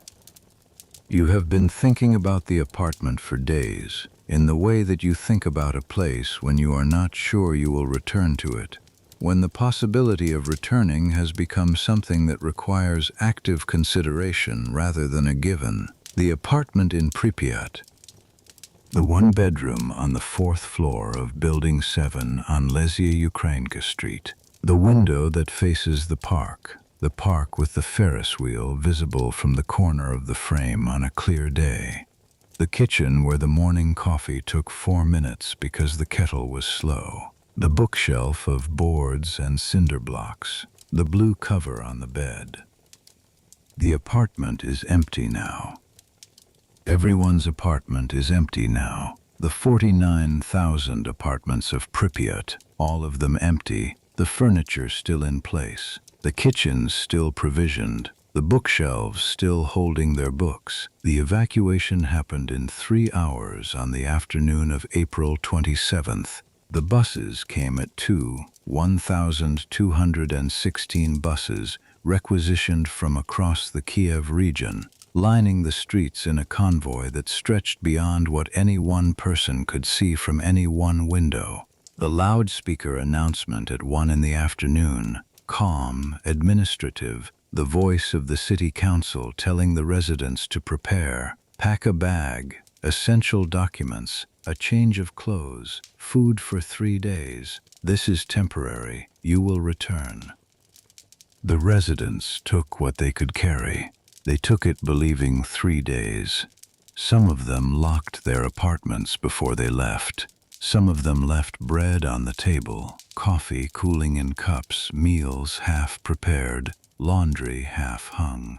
They locked their doors and went down to the street and got on the buses, and the buses moved north, south, east, not toward Chernobyl, away from it, to villages, to relatives, to temporary accommodation in other cities, to school gymnasiums, to collective farm buildings, to anywhere that had floor space and distance from the zone. The 3 days became weeks. The weeks became months. The months became the permanent condition of a decision that was made implicitly, without announcement, by the accumulation of data that made return impossible. The residents were not told officially that they would never return. They were told repeatedly that the situation was being evaluated, that return would be considered when conditions permitted, that the evacuation was temporary. It was not temporary. You know this already, even now, even in the early weeks. You know it the way you know certain things, from the gap between what has been said and what you have seen, and what the logic of the situation produces when you follow it to its natural end. The reactor is still open. The core is still burning. The contamination has not stopped. The ground around the plant has absorbed what fell from the sky in the first hours, and the soil is not something you can evacuate. The contamination is not going anywhere that soil and time and weather do not take it, which is everywhere and through every year that comes. Pripyat is gone. Not destroyed, not rubble. Gone in the way a city goes when all its people leave. Still standing, still structured, still holding its architecture against the sky, but emptied of the thing that made it a city. The buildings will stand for years, decades, the concrete deteriorating at its natural rate, the trees growing into the boulevards, the park reclaiming its edges, the rooftops collecting the rot of uncleared snow and rain, the apartments slowly returning to the material they were made of, brick and plaster and glass and wood, unmaintained, uncared for, unoccupied. Your apartment, the window, the park, the Ferris wheel. You rode it once, in October, 3 months before the wedding. The afternoon was cold with the first smell of winter, and Lyudmyla wanted to go, and you went up in one of the chain cars, and the city spread below you as the wheel turned. The wide boulevards, the river in the distance, the cooling towers of the plant on the northern horizon, small and geometric and ordinary looking from that height. You looked at the plant and then looked away, at Lyudmyla beside you, at the city below with its October colors, the trees in their last leaves. The wheel is standing in its square now, in a square that has no people in it. The chain cars motionless, the mechanism that was supposed to turn on May 1st for the holiday, May 1st, International Workers' Day, the day the whole city would have come to the park, never turned. The wheel stands the way abandoned things stand, patient and increasingly irrelevant, the paint starting to rust at the pivot points, the mechanism stiffening without oil, the whole structure returning slowly to the condition of metal left to weather. You will not go back on it. You know this. You have known it since the first day in this hospital, when the picture assembled itself piece by piece from the information arriving through the official silence. You will not go back on the Ferris wheel in the park in Pripyat because the wheel will not turn and Pripyat is not a place you will return to. What is less clear is where else you will go. This question lives in the afternoons, the long middle hours of hospital time, when the morning's activity has concluded and the evening's has not yet started. When the light in the room is at its flattest and the ceiling is just the ceiling with its familiar crack, you lie in the bed and you turn this question over without forcing it to answer. Where do you go when you leave here? What comes after this room? What is the life on the other side of a hospital in Moscow that you entered on a stretcher from an airport tarmac? Lyudmyla has family in Ivano-Frankivsk, her mother, her aunt, a cousin with a spare room who has already offered, who told Lyudmyla on the phone that there is space, that they should come. That family is what exists when other things stop existing. Ivano-Frankivsk is a city in western Ukraine, far from the zone, far from the plant, a city with a normal sky and normal soil, and a life that has continued through these weeks without interruption. You have been there once, for a weekend, before the wedding, meeting the family in the particular focused ceremony of a young man meeting the family of the woman he intends to marry. Her mother made a meal that took all day and fed you portions that suggested she had been waiting a long time to feed someone who needed to be convinced. You think about that meal now. You think about it in a specific sensory way. The smell of the kitchen, the weight of the table, the sound of the conversation in a room full of people who were trying to assess you and pretending not to. You think about it the way you think about something that was ordinary when it happened and has become precious in retrospect. Not because it was exceptional, but because it was the ordinary life of an ordinary evening, which is the most irreplaceable thing there is. Outside the ward window, Moscow continues through the spring. May moves into the third week and the fourth. The trees along the boulevard, visible from your window, are fully leafed now, the particular dense green of late May. the light filtering through them in the afternoon in the way light filters through fully established leaves, differently than it filtered through the new leaves of late April. More broken, more dappled, less transparent. The season has continued without consulting you. The season has continued regardless. In the zone, 1,100 kilometers south, the helicopters continue their work. By mid-May, more than 5,000 metric tons of material have been dropped into the open core, sand to smother, boron to absorb neutrons, lead to block radiation, dolomite to reduce temperature. The helicopter pilots fly their passes at 200 meters, sometimes lower, each pass absorbing a radiation dose measured in the dose records they carry, each pilot flying until their individual limit is reached and then being replaced by another pilot. The operation requires hundreds of pilots and continues around the clock. The dosimetry shows the cumulative exposure mounting in each man's record.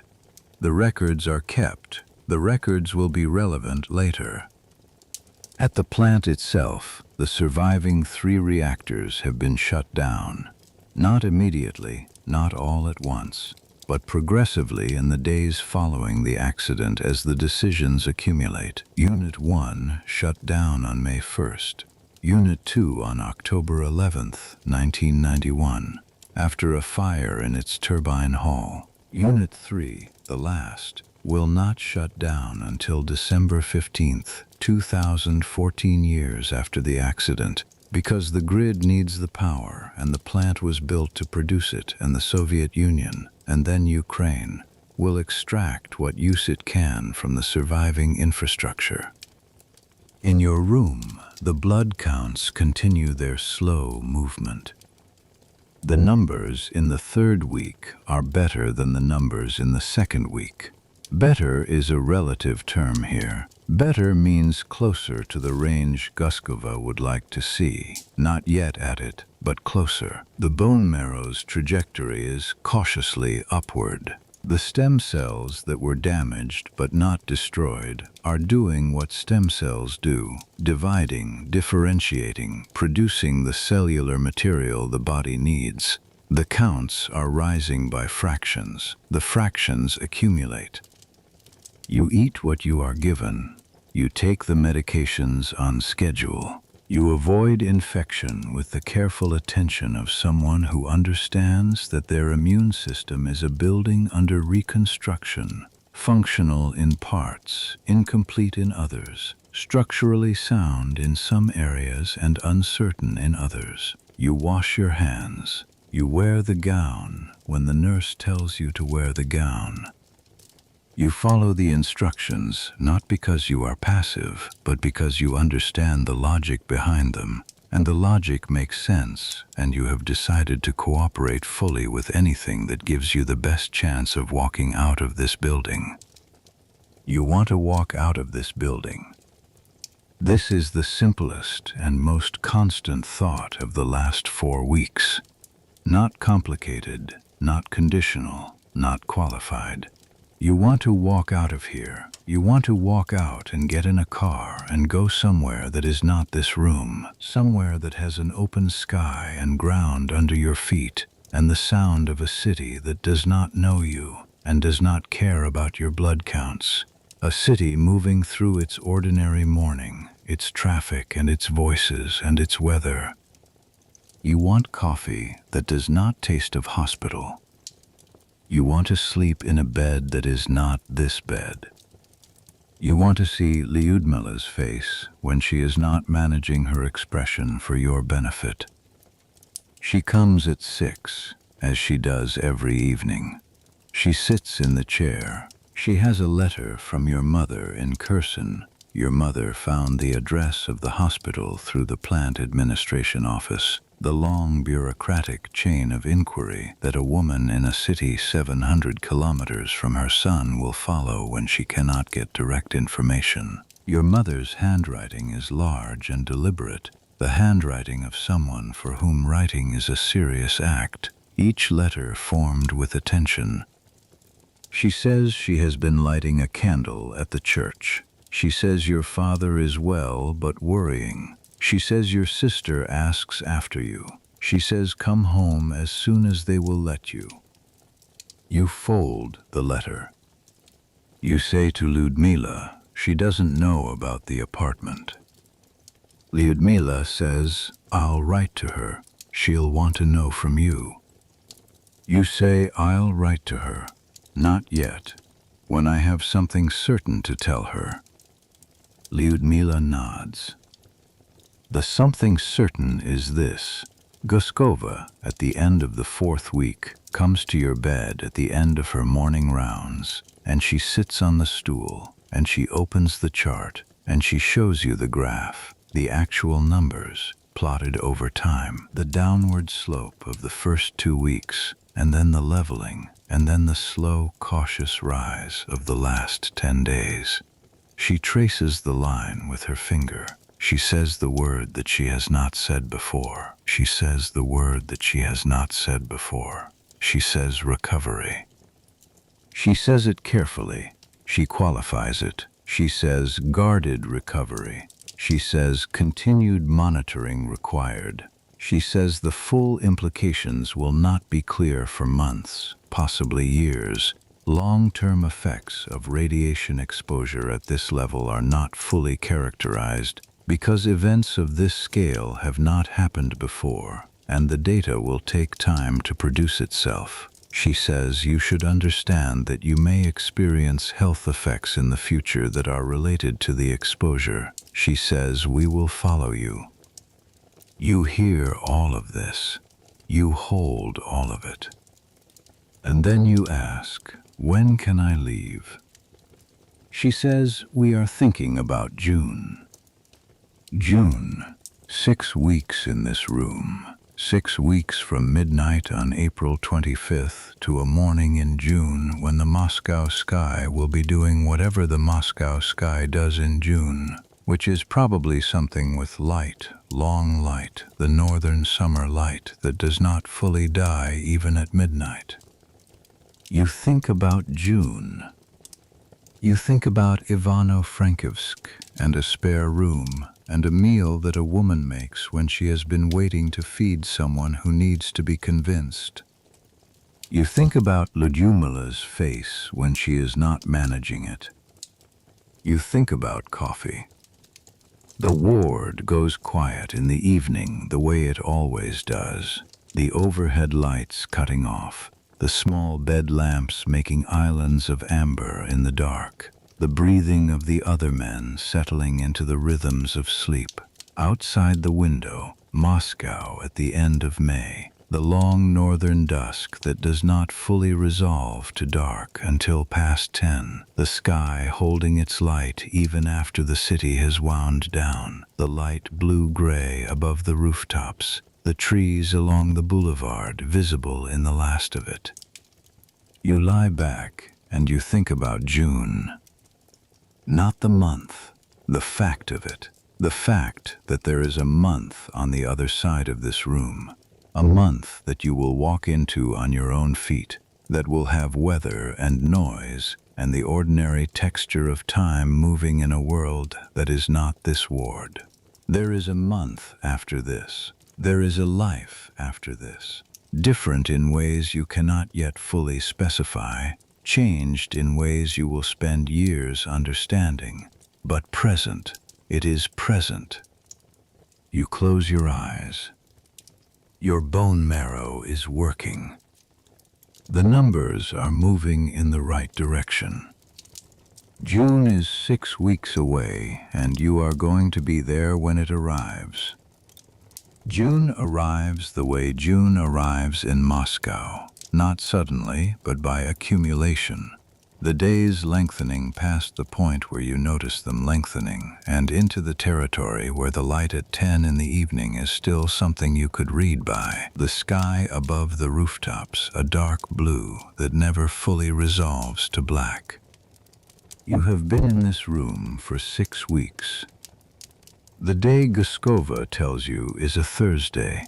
She comes for the morning rounds, and she sits on the stool, and she opens the chart the way she always opens the chart, and she goes through the numbers in the sequence she always goes through them. And at the end she closes it, and she looks at you, and she says, "Saturday."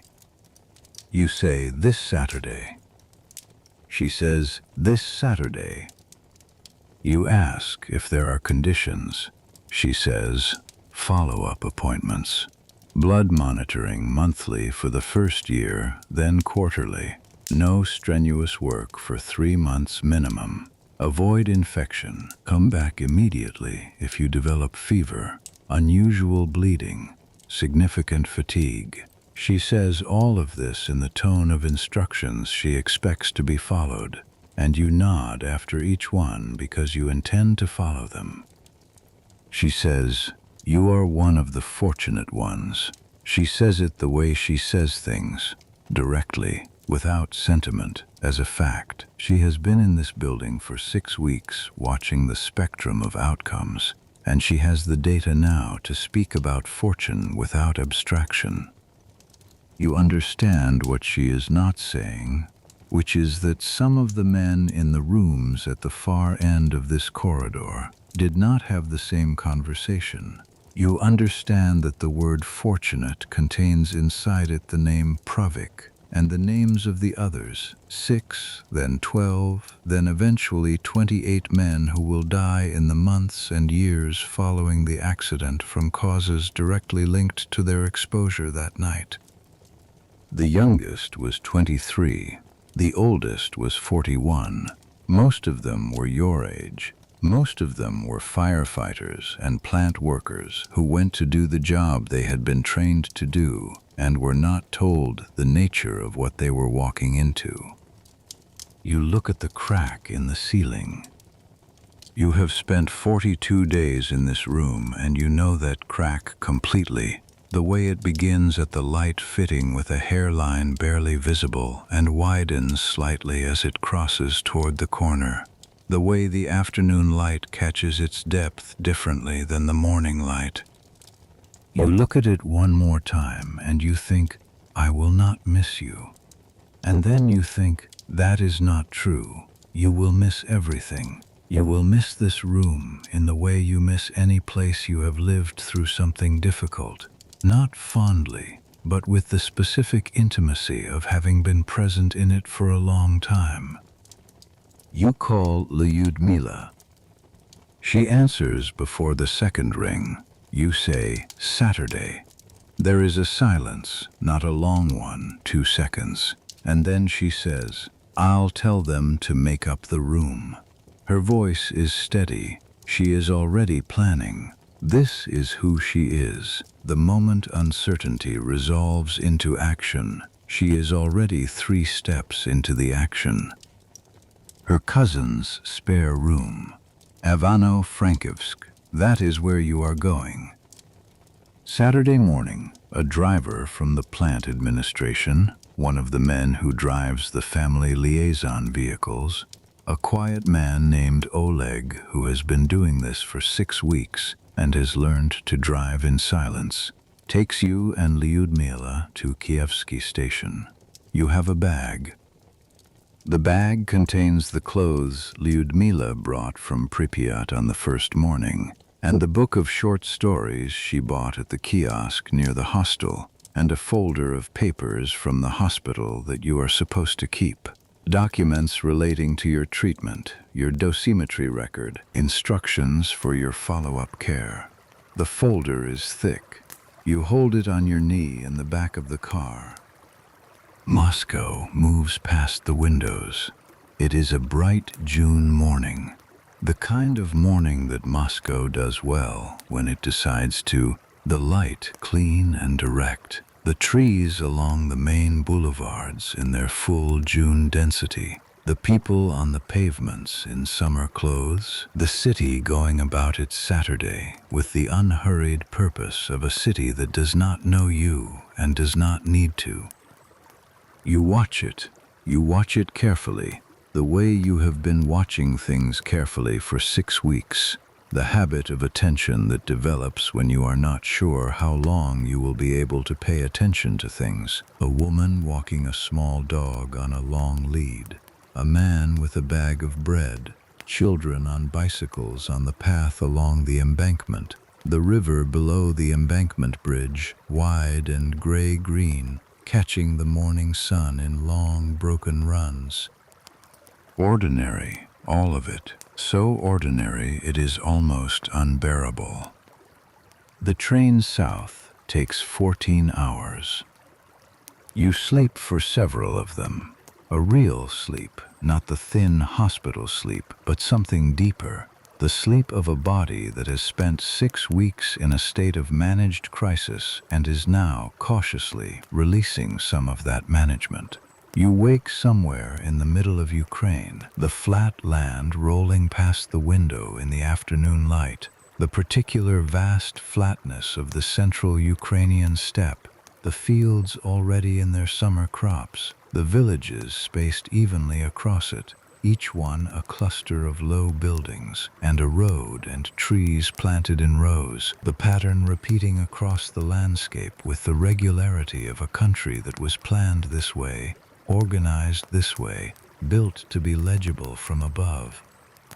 Lyudmyla is asleep across from you, her head against the window, her coat folded under her head as a pillow. She has been to Moscow and back 3 times in 6 weeks. She has spent 42 days between the hospital and the hostel, dividing her hours between you and the phone calls that needed to be made, and the paperwork that accumulated when a city empties and people lose their documented lives. She has handled the apartment situation, the official documentation of the evacuation, the registration with the authorities as a displaced person, the forms that determine what assistance is available to people who lived inside the exclusion zone. She has done all of this without telling you most of it, because she determined that you did not need to know most of it while you were focusing on not dying. And she was right, and you know she was right, and you are aware that you owe her a debt of a kind that cannot be named in ordinary language. You watch her sleeping. The landscape moves behind her, the flat land, the villages, the summer fields. The sky above them enormous in the way the Ukrainian sky is enormous. There is almost no elevation to interrupt it. The flat land making the sky the primary element, the sky going on in every direction to a horizon that is simply the curvature of the earth, nothing else. This is your country, your language, your soil. You are moving through it on a train, and it is moving past the window the way it moves when you are alive and mobile and capable of watching it, which is not a thing you took for granted before April 26th and which you will not take for granted again. Ivano-Frankivsk sits in the western part of Ukraine, close enough to the Carpathian foothills that on a clear day you can see the beginning of the mountains to the south and west. Not high mountains, not alpine, but the first rises of the Carpathians, green and rounded, a different landscape entirely from the flatness of the central steppe. The city itself has 200,000 people. It has a normal sky, it has normal soil, it has a market and a park and a cathedral that was built when the city was called Stanislavov under Polish rule, 400 years before it was renamed for a Ukrainian revolutionary writer. It has a life that has not been interrupted. Lyudmyla's cousin meets you at the station. Her name is Daria, 28, practical, with the particular warmth of someone who has decided to be useful and means it. She has a car, a small Zhiguli, and she drives you across the city in the early evening. The streets quieter than Kiev, smaller, the scale of a city of 200,000 rather than 8 million. The buildings lower, the pace different. The light on the buildings a warm western light that is different from Moscow's northern light. The apartment is on the 3rd floor of a standard Soviet block on Hryhorenka Street. 2 bedrooms, Daria's and the spare, which has been made up with clean sheets and a blanket and a small table with a lamp. It is a simple room. It has a window that faces west, toward the street, and beyond it the beginning of the city's outer edge, and on a clear evening the hills in the distance are visible, the first green rises of the Carpathians, soft against the sky. You stand at the window. You stand there for a while, just looking. The street below is ordinary. A man walking past with a newspaper. 2 women talking at the corner. A cat on the wall of the building opposite, watching the street with the professional indifference of cats. The ordinary articulation of an evening in a city that does not know what you have come from, that will not ask, that has its own concerns and its own weather and its own tomorrow to attend to. You are out. You are standing at a window in a room that is not a hospital room, in a city that is not Moscow, looking at a street that does not know you, and you are alive, and your bone marrow is working, and the numbers on the chart that Guskova carried for 6 weeks are moving in a direction that means you are allowed to be here, at this window, looking at this ordinary street. The feeling that comes with this is not simple.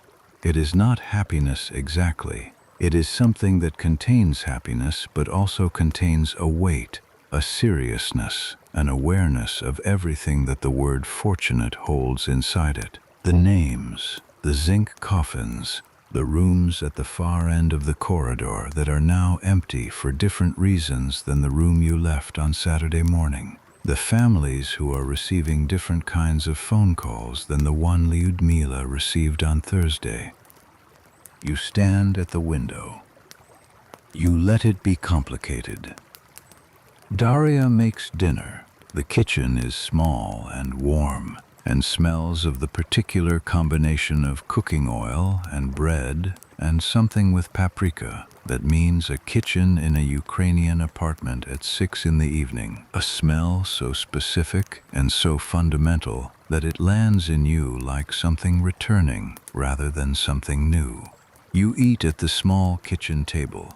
The food is simple and good, and you eat more of it than you have eaten at any single sitting in 6 weeks, because hospital food is what hospital food is, and this is not hospital food. Daria talks. She has opinions about the news, about the government's handling of the accident, about the information that has been and continues to be withheld. She is not afraid to have these opinions aloud, which tells you something about the difference between Ivano-Frankivsk and Moscow. The Western regions have always had a slightly different relationship with official language, a slightly shorter distance between what is thought and what is said. She says, they knew it was bad from the first hour. She says, 49,000 people, and they waited 36 hours. She says this, and you do not disagree. You eat, and you listen, and you let the kitchen wrap around you, the warmth and the smell and the sound of someone's voice that is not a nurse's voice, and is not a doctor's voice, and is not the carefully managed voice of official information. After dinner, you sit outside on the small balcony. The balcony is barely big enough for 2 chairs and a plant in a pot that has seen better years, but it faces west, and the evening light is extraordinary, long and golden, the kind of evening light that exists only in June at this latitude. The sun still above the horizon at 9, the shadows growing longer across the street, the Carpathian hills in the distance catching the last of it and holding it in their rounded shapes. Lyudmyla sits beside you.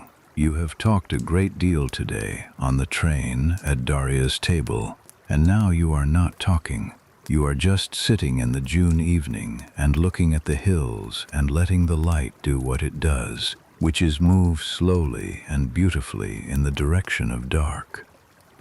You say, eventually, thank you. She says, for what? You say, all of it. She is quiet for a moment. Then she says, you would have done the same. You think about this. You think about whether it is true, whether you would have managed what she managed, the composure and the practicality and the papers and the train tickets and the 42 days divided between a hostel and a hospital ward, and a phone that needed to be answered and forms that needed to be filed. You think about whether you would have managed all of that without showing the weight of it, without letting the weight transfer to the person in the bed who needed to not carry any additional weight. You are not sure you would have. You do not say this. You look at the hills. She takes your hand. The light continues its slow movement toward dark, and you sit in it, and the hills are green, and the air smells of early summer, and the plant in its pot on the balcony is doing its best, and you are outside, and you are alive. In the exclusion zone, 500 kilometers to the northeast, the work continues. The zone was formally established on May 2nd, a 30-kilometer radius around the reactor, the Chernobyl exclusion zone, designated by Soviet decree as an area of controlled access, mandatory evacuation, ongoing remediation. The boundaries were drawn based on radiation measurements taken in the first days, though the measurements were incomplete and the boundary is not a perfect representation of contamination. Contamination does not respect circles drawn on a map. It follows wind and rain and the topology of the land, which means some areas inside the 30-kilometer zone are less contaminated than some areas outside it, and some hotspots exist far beyond the formal boundary. Inside the zone, the work is being done by the liquidators. The word liquidator in Russian, is the official Soviet term for the workers recruited to remediate the accident site. It is a bureaucratic word, the kind of word that makes a thing sound like an administrative process rather than what it is. Hundreds of thousands of people entering a contaminated zone to do the physical labor of containing, cleaning, and eventually entombing the most serious nuclear accident in history. The first liquidators arrived within hours. The firemen, the plant workers, the emergency response teams who were there before the scale of the situation was understood. The formal liquidation effort, the organized, large-scale remediation, began in May and will continue through 1986 and into 1987 and, in various forms, for years beyond that. By the time the effort is completed in its primary phase, approximately 600,000 Soviet citizens will have served as liquidators. Soldiers, miners, engineers, construction workers, helicopter pilots, dosimetrists, biologists, chemists, teachers reassigned to administrative support roles, doctors, nurses, people who volunteered and people who were conscripted and people who were told it was an honor and people who were told simply, you are going. They come from all 15 Soviet republics. They rotate through in shifts, typically 14 to 30 days, because sustained exposure in the zone is impossible, and each person carries an individual dose limit, and when the limit is reached, the person is replaced by another person who begins accumulating their own dose toward their own limit. The rotation system means the workforce is constantly changing, constantly being replenished. The total count of individual human beings who pass through the zone growing month by month through the summer and fall of 1986. What they are doing is this. On the roof of the reactor building, the roof where your colleagues walked on the night of April 26th, there is still graphite. The helicopters dropped material into the open core, but they could not clean the graphite off the surrounding roofs. The graphite must be removed manually. which means human beings must go onto that roof with shovels and work. The dose rates on parts of that roof are too high for any standard machine. The robots sent in malfunction within minutes, their electronic components overwhelmed by radiation. So they use people. The liquidators who work the reactor roof are called bio-robots, a term that acknowledges with Soviet directness what they are being used as. Each bio-robot is allowed 90 seconds on the roof, 90 seconds to get there, shovel as much graphite as possible into the opening below, and get off. Many of them do one shift and rotate out because their individual dose limit is reached in 90 seconds. They wear laid aprons. The laid aprons weigh 30 kilograms. The aprons cover the front of the body and the sides, but not the back, because a 30-kilogram apron covering the back as well would make it impossible to move. The radiation comes from all directions. The aprons reduce dose. They do not eliminate it. The graphite is removed shovelful by shovelful, 90 seconds at a time, by thousands of men rotating through a roof in the summer of 1986. Below the reactor building, in the basement levels, water has accumulated. Water used in the initial emergency cooling attempts, water from burst pipes, water that has been in contact with the damaged core and is itself now contaminated. This water must not reach the groundwater. If contaminated water reaches the groundwater, it reaches the Pripyat River, and the Pripyat feeds the Dnipro, and the Dnipro is the water supply for Kiev and cities downstream. And the contamination moves through the water table in ways that do not respect the 30-kilometer boundary. Miners are brought in to dig a tunnel under the reactor building. The purpose of the tunnel is to allow the injection of liquid nitrogen to freeze the ground beneath the reactor, preventing contaminated water from percolating down. The miners are from the Donetsk and Dnipropetrovsk coal regions. Experienced underground workers used to heat and confinement and the particular difficulty of below-ground labor. The tunnel is dug in shifts round the clock, by hand and with pneumatic equipment, in temperatures that reach 45 degrees Celsius in the confined space, with ventilation that is inadequate for the conditions. Each miner works in the heat until his body will not continue, and then another takes his place. The tunnel is completed. The nitrogen injection is prepared. By the time everything is in place, the thermal measurements of the ground beneath the reactor have changed. The temperature has dropped naturally. The acute crisis of groundwater contamination has passed its most urgent phase, and the decision is made not to inject the nitrogen. The tunnel will not be used for its intended purpose. The miners will have dug it for nothing. The miners who dug that tunnel will not know for years whether the work they did was necessary. Some of them will develop health problems in the years following. Some of them will die earlier than their age cohort.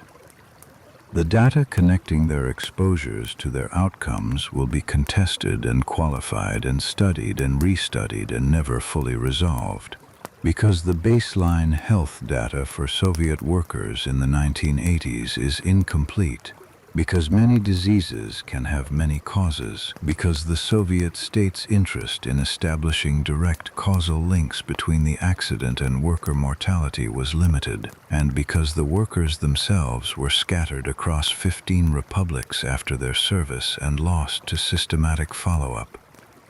You know some of this in the summer of 1986, not the details. The details will take years to emerge. But the shape of it, the scale of what is being done in the zone by how many people under what conditions.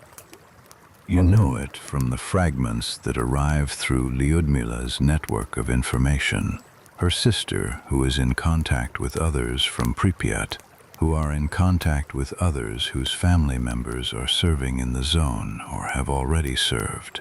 You know it from the careful things Guskova said in the last weeks of your hospitalization, the things she said when you asked about the remediation effort, the things she said that were informative without being specific about the costs being accumulated. You sit on the balcony in Ivano-Frankivsk and you think about the bio-robots on the roof. You think about the 90 seconds. You think about what 90 seconds on that roof meant for you, multiplied by the hundreds of men doing it in rotation through the summer. You went to that roof once on the first morning, briefly, not to work the graphite, but to assess the upper perimeter of the machine hall fire. 10 minutes in that vicinity, in the early hours before the full picture of the contamination had assembled itself. 10 minutes, not 90 seconds. And your outcome after 6 weeks in a radiation hospital is cautious recovery, guarded fortune. 90 seconds multiplied by hundreds of men is not the same calculation. You cannot hold this easily. You hold it anyway. Lyudmyla asks, "What are you thinking about?" You say, "The zone." She is quiet for a moment. Then she says, "You're not going back there." This is not a question. You say, "I know." The determination came early, from Guskova, clearly, in one of the first follow-up conversations. The exposure you received is sufficient reason to bar you from further work in radiation environments. Your dosimetry record will reflect this. Your medical classification will reflect this. You will not return to firefighting in the immediate future, possibly not at all. The question of your long-term capacity for the physical demands of the work is part of what the monthly follow-up appointments will assess.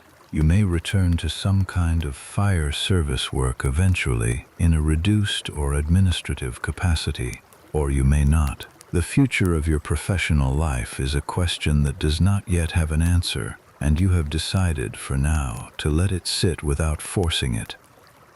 The evening light is almost gone. The hills are dark shapes against a sky that still holds the last blue of the day above its western edge. You say, "I want to do something." Lyudmyla says, "What kind of something?" You say, "I don't know yet. Something that uses what I know." You think about this, what you know. You know fire, the way it moves, the way it grows, the decisions it makes in a building. You know the behavior of materials under heat. You know the structure of emergency response, the coordination, the communication, the hierarchy of decisions under pressure. You know what it means to arrive at a situation that is different from what you were told it would be, and to function anyway, to keep working even when the information you have is insufficient and the conditions are worse than the information suggested. This last thing, this capacity to function inside incomplete and incorrect information, feels like something, not a professional credential, something more fundamental, something that might be useful in ways you have not yet identified. You sit with it. The sky finishes its darkening. The street below is quiet at this hour. The evening movement of the city wound down.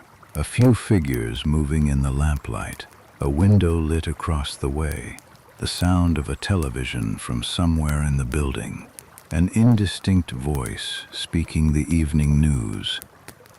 You go inside. Daria has made tea. The three of you sit at the kitchen table, and the tea is hot and the kitchen is warm, and Daria tells a story about something that happened at her work this week. Something small, something about a misunderstanding with a colleague and a set of forms that were filed to the wrong office. and the comedy of bureaucracy that resulted. You listen to this story. You find it genuinely funny. The laugh that comes is unexpected, not performed, not forced, not the careful social laugh of someone managing their responses, but a real one, from the chest, the kind that comes when something is actually funny and you are actually present enough to feel it. Lyudmyla looks at you when you laugh. Her face is doing the thing it does when she is not managing it, the thing you told yourself you wanted to see in the hospital in the long afternoon hours, the unrehearsed face, the face that is not carrying you.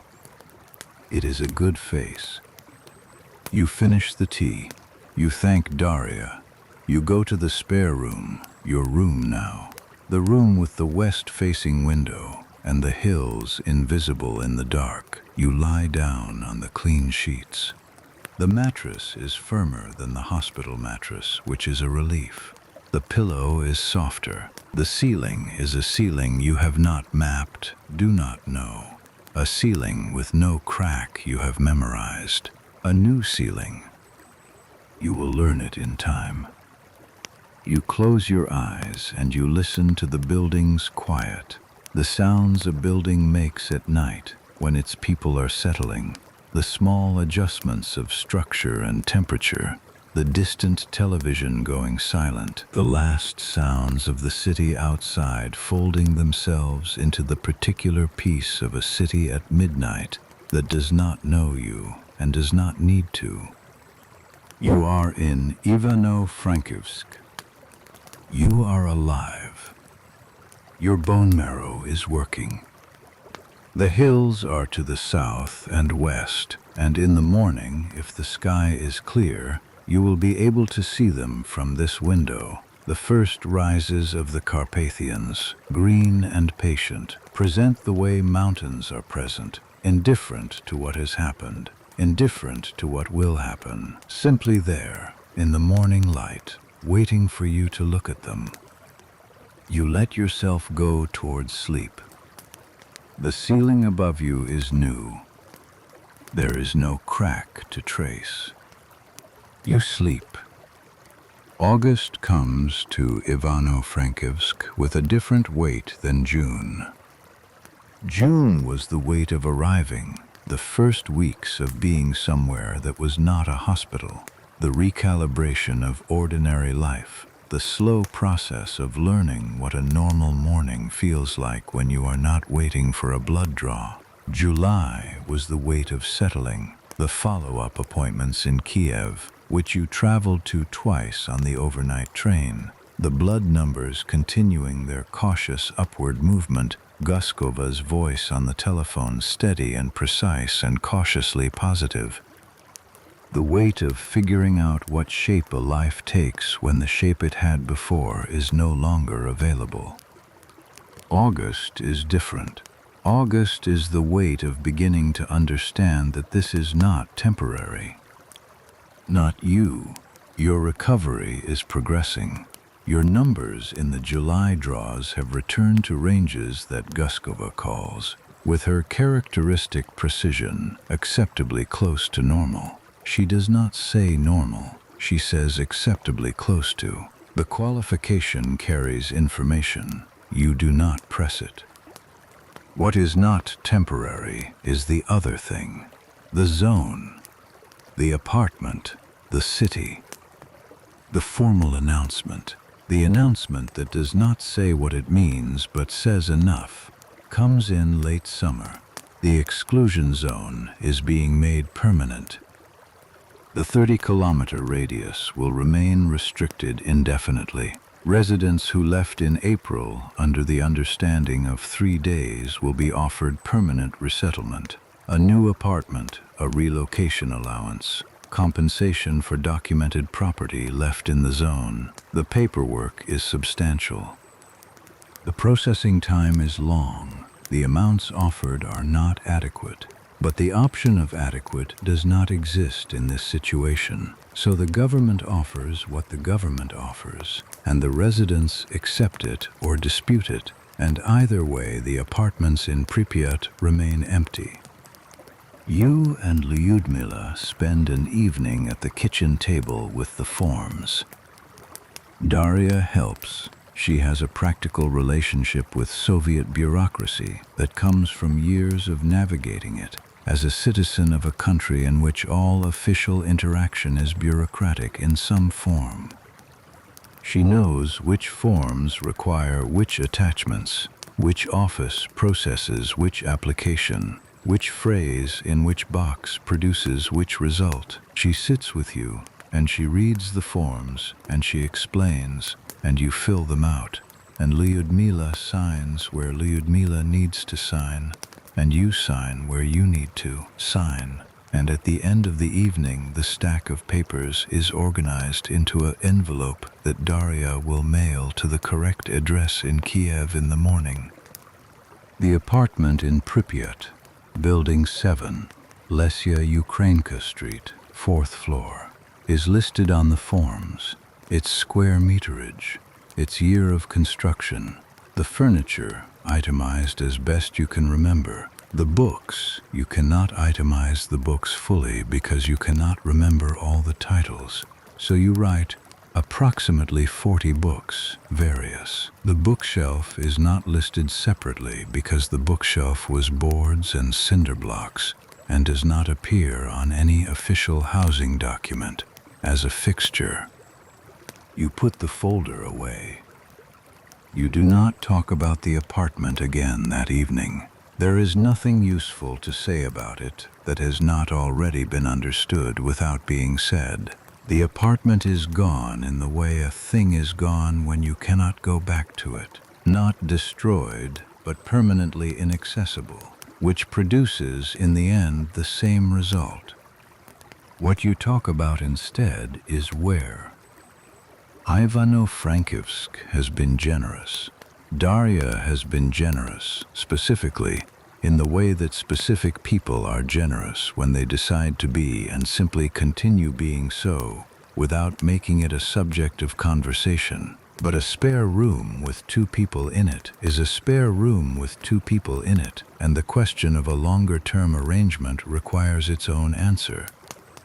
There are programs for displaced Chernobyl workers. There is a category of official status, Chernobylsky Poterpoli, Chernobyl victim, that carries entitlements, housing priority, health benefits, a monthly allowance that is not large but is regular. The status must be applied for. The application requires documentation of your presence in the zone, your medical records from hospital number 6, your dosimetry record, your employment history at fire station 6. Daria is already compiling this. You learn, through the network of other displaced Pripyat residents, that there are concentrations of the resettled community forming in several cities: Kiev, Ivano-Frankivsk, Kharkiv, cities large enough to have available housing stock and bureaucratic infrastructure to process the resettlement. Some families have gone back to the towns their parents came from, the towns they left to move to Pripyat in the first place, trading the model city for the origin point. Some have ended up in places determined not by preference, but by where the buses took them in April and where they found it possible to stay. The Pripyat community does not disappear. It disperses, and in dispersing it maintains itself through the particular effort of people who have shared a place and a loss and understand that the sharing is the only archive of what is gone. They call each other, they write, they meet when they are in the same city.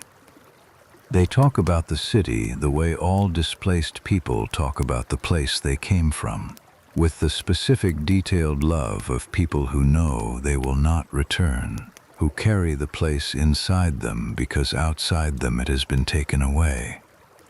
You hear, through this network, about the zone itself. The remediation continues through the summer and into the fall. The liquidators are still rotating through, the bio-robots on the roof, the decontamination crews in the villages within the zone, the workers burying contaminated soil, the teams decommissioning equipment that cannot be decontaminated and must instead be abandoned in designated burial pits. The burial pits are called cemeteries, vehicle cemeteries, equipment cemeteries, and they contain the helicopters and the trucks and the armored personnel carriers and the fire engines that were used in the response and absorbed enough contamination to make them permanently unusable.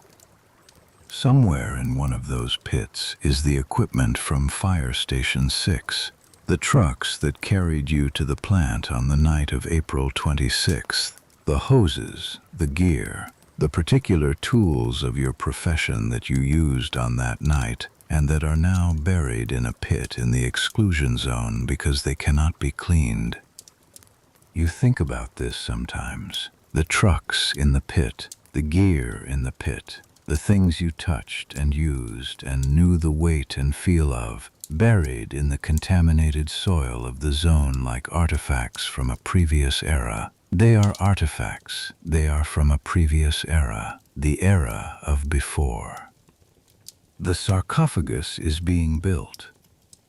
This is the largest single construction effort underway in the Soviet Union in the summer of 1986, though it does not appear this way in the newspapers, which continue to describe the situation at Chernobyl in measured terms that do not convey the scale of what is happening. The sarcophagus, officially called the object shelter, is a steel and concrete structure designed to enclose the destroyed fourth unit of the Chernobyl plant. Its purpose is to contain the remaining nuclear material inside the reactor building, to prevent further release of radioactive particles into the atmosphere, and to protect the surrounding area from the ongoing radiation of the open core. The structure is being built in sections, assembled by construction crews who work in precisely timed rotations. The dose rates around the reactor building are too high for extended work. Workers are allowed minutes, sometimes seconds, in the highest dose areas before they must be rotated out and their dose recorded and their individual limit approached or reached. The construction proceeds under conditions that no construction project has faced before. Precise time limits per worker, continuous dosimetry monitoring, the work itself, pouring concrete, assembling steel, conducted by people who are simultaneously calculating how long they can remain in the position they are in. The concrete mixers run around the clock. The cranes operate around the clock. The shift rotations run around the clock. By August, the outer walls of the structure are rising. By September, the roof sections are being assembled. The workers who bolt the roof sections into place do so from above, working at height in contaminated air with lead sheeting incorporated into their protective clothing and dosimeters in their breast pockets, and a very precise understanding of how many minutes they have. The object shelter will be completed on November 30th, 1986, 206 days after the explosion. It is not permanent. It was never designed to be permanent. It was designed to be adequate to contain the situation for the next decades, while a more permanent solution is designed, approved, funded, and built. The structure has known vulnerabilities. Its roof is not fully sealed. Its foundations are not fully bonded to the reactor building it encloses. Its steel will corrode and its concrete will crack. It was built fast by an enormous workforce under conditions that made precision difficult. It was built to buy time. The time it is buying will eventually be used. In 2016, a new containment structure, the new safe confinement, a steel arch of unprecedented size, will be slid over the object shelter on rails, enclosing it entirely. The arch is 108 meters high and 257 meters wide, the largest movable land-based structure in the world. built by a European consortium at a cost of 1.5 billion euros. It will be designed to last 100 years. You do not know any of this in August 1986. You know the sarcophagus is being built. You know it from the news, from the fragments that reach you, from the conversations with other former Pripyat residents who have family still working in the zone or connections to the construction crews. You know it is large and fast, and that many people are involved in building it, and that building it is costing something, in money, in organization, in the health of the people doing the work. On May 14th, 1986, 18 days after the explosion, Mikhail Gorbachev appears on Soviet state television. This is a different kind of appearance than the TASS statement in April. That statement was 9 sentences. This is different. Gorbachev speaks about Chernobyl in terms that have not been used in Soviet public communication before.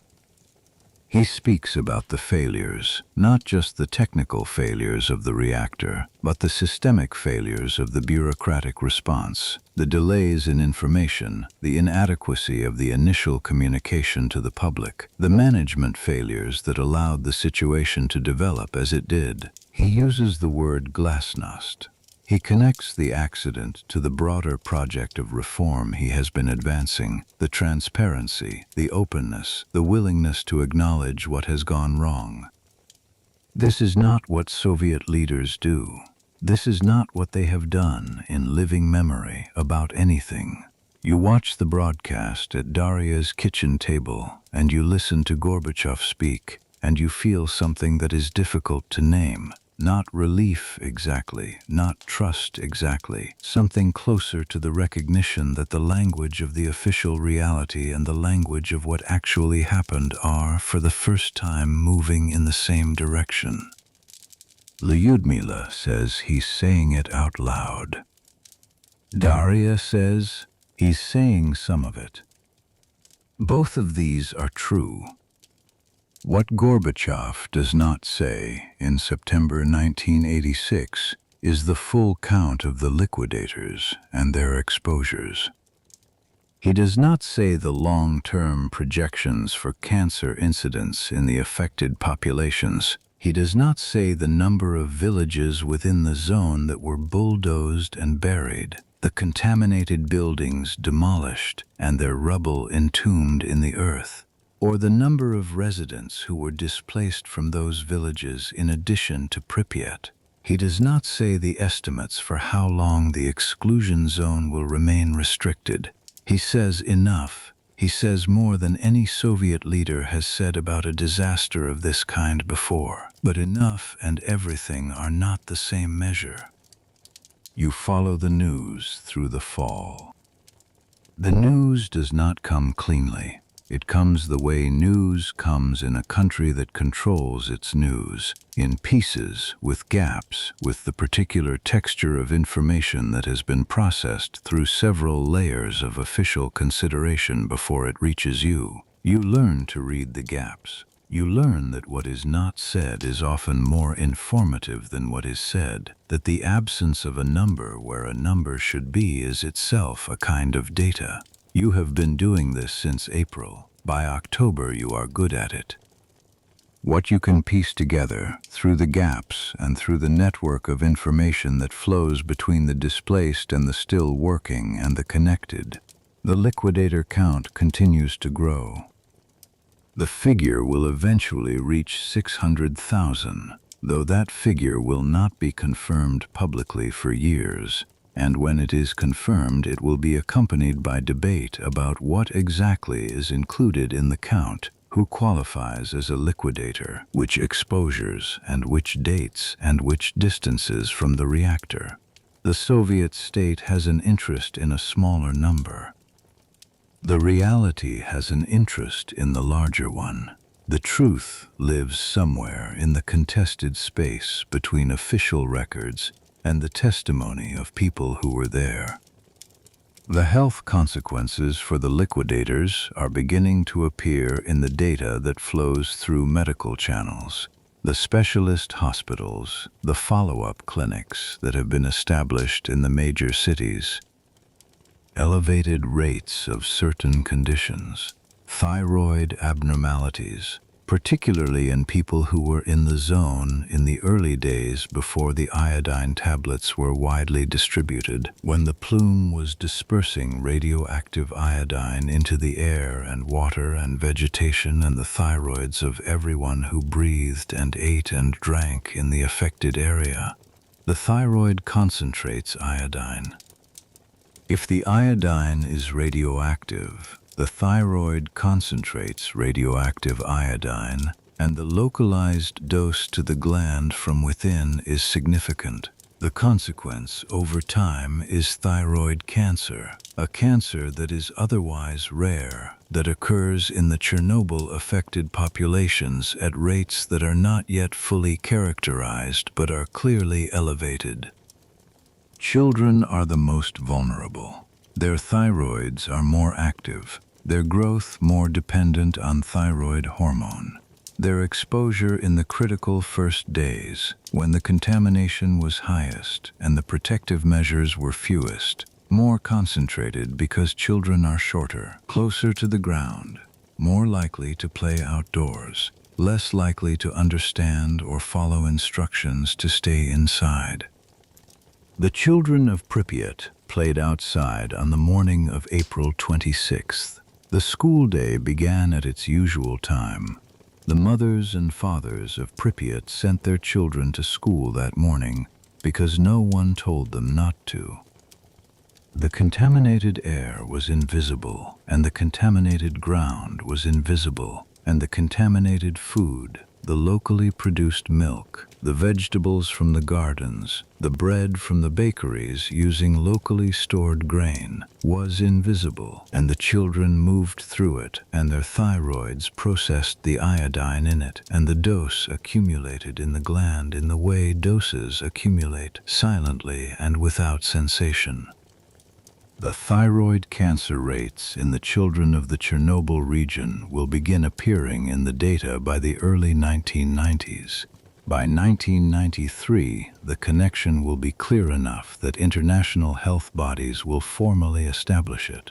Thousands of cases, the vast majority treatable. Thyroid cancer, when caught, has a high survival rate. But thousands of cases in a population of children who would not otherwise have developed the disease is not a treatment statistic. It is a consequence. You do not know most of this in the fall of 1986.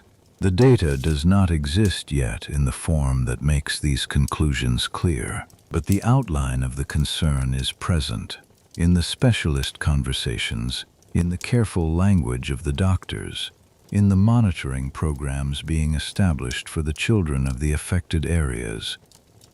You know enough to understand that what happened on April 26th did not end on April 26th. It is continuing. It is in the thyroids of children who were sent to school on a normal morning. It is in the groundwater and the soil and the food chain and the bodies of 600,000 men who went into a zone to contain it and came out carrying some fraction of it with them. It will continue for years, for decades, for the half-lives of the isotopes involved. Cesium-137 with its 30-year half-life, strontium-90 with its 29 years, plutonium-239 which will remain relevant for 24,000 years. These numbers exist outside the scale of human time.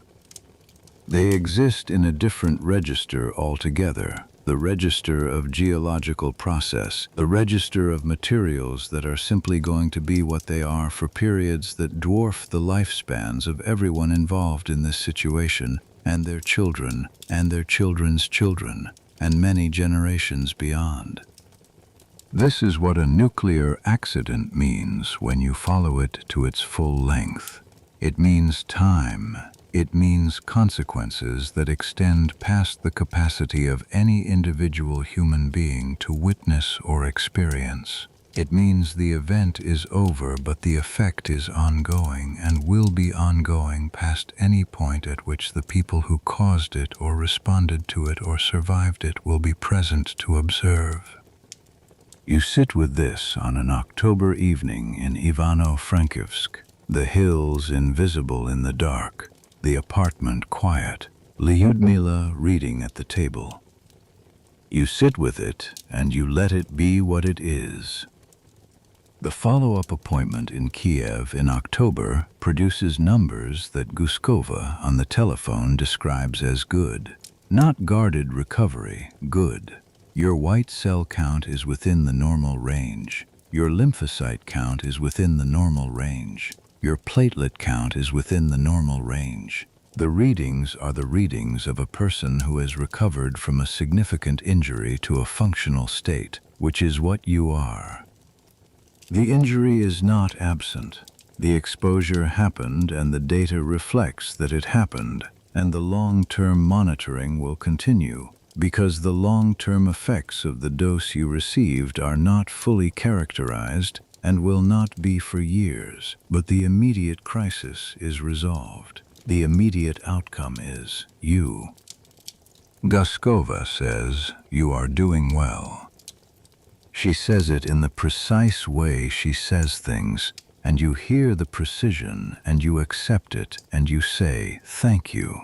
And you mean it in a way that language cannot fully carry, because thank you is the only word available for what you want to say to the person who stood between you and the worst possible version of this outcome, and used 37 years of knowledge and skill to do it. But thank you is also completely inadequate for that meaning, and she knows this, and she says, "Come back in 3 months." You go back to Ivano-Frankivsk. In November, the resettlement papers come through. You are entitled to a new apartment. The apartment will be in Kiev. The bureaucratic logic of the resettlement program has placed the Pripyat firefighters primarily in Kiev, on the grounds that Kiev is close enough to Chernobyl for administrative convenience and large enough to absorb the resettled population. You will have a 2-room apartment in the Rusinivka district, on the east bank of the Dnipro. It is not the apartment you had. It is not Lesya Ukrainka Street. It is not the window facing the park with the Ferris wheel. It is an apartment. It is yours. It has a kitchen and 2 rooms and a window that faces east toward the river. And in the morning the river light comes through it in a way that is not the same as the park light in Pripyat, but is its own thing. The broad river, the early light on the water, the specific quality of morning in a city of 3 million people that is doing what it does regardless. You and Lyudmyla take the train to Kiev in December to see it. It is a Soviet apartment. Standard in its construction, 1970s panel construction, the kind built in the tens of millions across the Soviet Union, identical in its dimensions and its fittings and its smell of new paint and old concrete, to thousands of other apartments in thousands of other Soviet cities. The walls are white. The floor is the linoleum that all these floors are. The kitchen has the fixtures they all have. There is a balcony, south-facing, looking out over a courtyard where children are playing in the December cold. You stand in the empty main room. The room has no furniture. The walls have no pictures. The floor is clean and bare, and the light through the east window is the winter light of Kiev in December, gray and flat. The river visible between buildings if you stand at the right angle. It is nothing. It is completely nothing. It has no history, no accumulation, no residue of anything that has happened. It is a room that has not yet been lived in. You look at Lyudmyla. She is standing in the middle of the room, looking at the walls with an expression you recognize. The practical assessment, the measuring eye, the part of her that sees what a thing could be rather than what it is. She says, "We'll need curtains." She says, "The kitchen is small, but it's manageable." She says, "There's a school 3 blocks away." You look at her. She looks back at you. There is something in what she just said, the school 3 blocks away, that you both understand and neither of you comments on directly. The school 3 blocks away is relevant for a reason that has not been discussed explicitly, that exists as a question in the background of the last several months, a question whose answer is being considered carefully in light of what you know about your exposure and your long-term health situation and what the doctors have and have not said about what it means for certain kinds of futures. You say, "It's a good apartment." She says, "It is." You say, "We'll make it a good apartment." She says, "Yes, we will." Outside, the children in the courtyard are doing whatever children do in a courtyard in December, some kind of running game, the sound of it coming up through the window, high voices and movement. The gray winter light sits on the rooftops of Rusanivka, and the river is between buildings, and the school is 3 blocks away, and the apartment has nothing in it yet. You take her hand. The room is empty and cold and has no history yet, and the winter light is flat through the east window, and you are standing in it, together, holding hands in an empty room in a city that is yours now, by a different logic than the city you came from, a logic not of choice but of what survives when a previous choice is taken away. This is a room that will become something. Not what was, what is, what comes next. The children's voices rise from the courtyard below, a burst of something, laughter or protest, the high, clear sound of children doing what children do in December in a courtyard, and the sound fills the empty room for a moment, and then fades, and the room is quiet again, and the light is gray, and the river is between buildings, and outside the zone, 120 kilometers to the north. The sarcophagus is closed, and the object shelter stands over what remains of Unit 4, and the exclusion zone is quiet in the December cold. The city of Pripyat standing empty in its winter, the Ferris wheel still in its square, the apartments holding their abandoned contents, the spring that came, and the summer that came, and the fall that came, the seasons continuing their work regardless of who is there to observe them. And you are here, in a room that is yours, with your hand in hers. And the light through the window is the light of a December morning in Kiev, and it is enough. It is enough. The apartment fills slowly, the way apartments fill when people are starting from nothing. A table first, 2 chairs, a mattress on the floor before the bed frame arrives, curtains that Lyudmyla's mother sends from Ivano-Frankivsk, folded into a brown paper parcel and mailed at the post office on Hryhorenka Street, arriving slightly creased but the right color, a warm yellow, the color of morning light before it becomes light, the color of something that has not decided yet what it will be. You hang them on a Saturday morning in January, and when you step back, the room is different. The room has a quality it did not have before, a warmth, a suggestion of being chosen. You look at them, and you look at Lyudmyla, and she says, "Better," and you say, "Yes." The bookshelf comes last. Not boards and cinder blocks this time. You find a proper one. Second-hand, solid wood, the kind of piece that was made to outlast the person who ordered it. that has done so already and will continue to. It takes 2 trips in a borrowed car and the help of a neighbor from the floor above. A man named Hrihor, a metallurgy engineer, quiet and capable, who helps without being asked twice and accepts a glass of something afterward without being asked at all. You assemble the shelf against the wall of the main room. You stand back. The shelf is empty. It has no books yet, but it is there, the dark wood against the white wall, the proportions of a thing that is waiting to hold something that has been made for exactly this purpose and has not yet fulfilled it. You go to the market the following Saturday. There is a bookstall, the kind that exists in every Ukrainian market. The former teachers and engineers and doctors who sell books they can no longer use or no longer afford to keep, arranged on folding tables in the particular order of someone who cares about books. You spend an hour. You come back with a bag. You put the books on the shelf one at a time. The shelf is not full.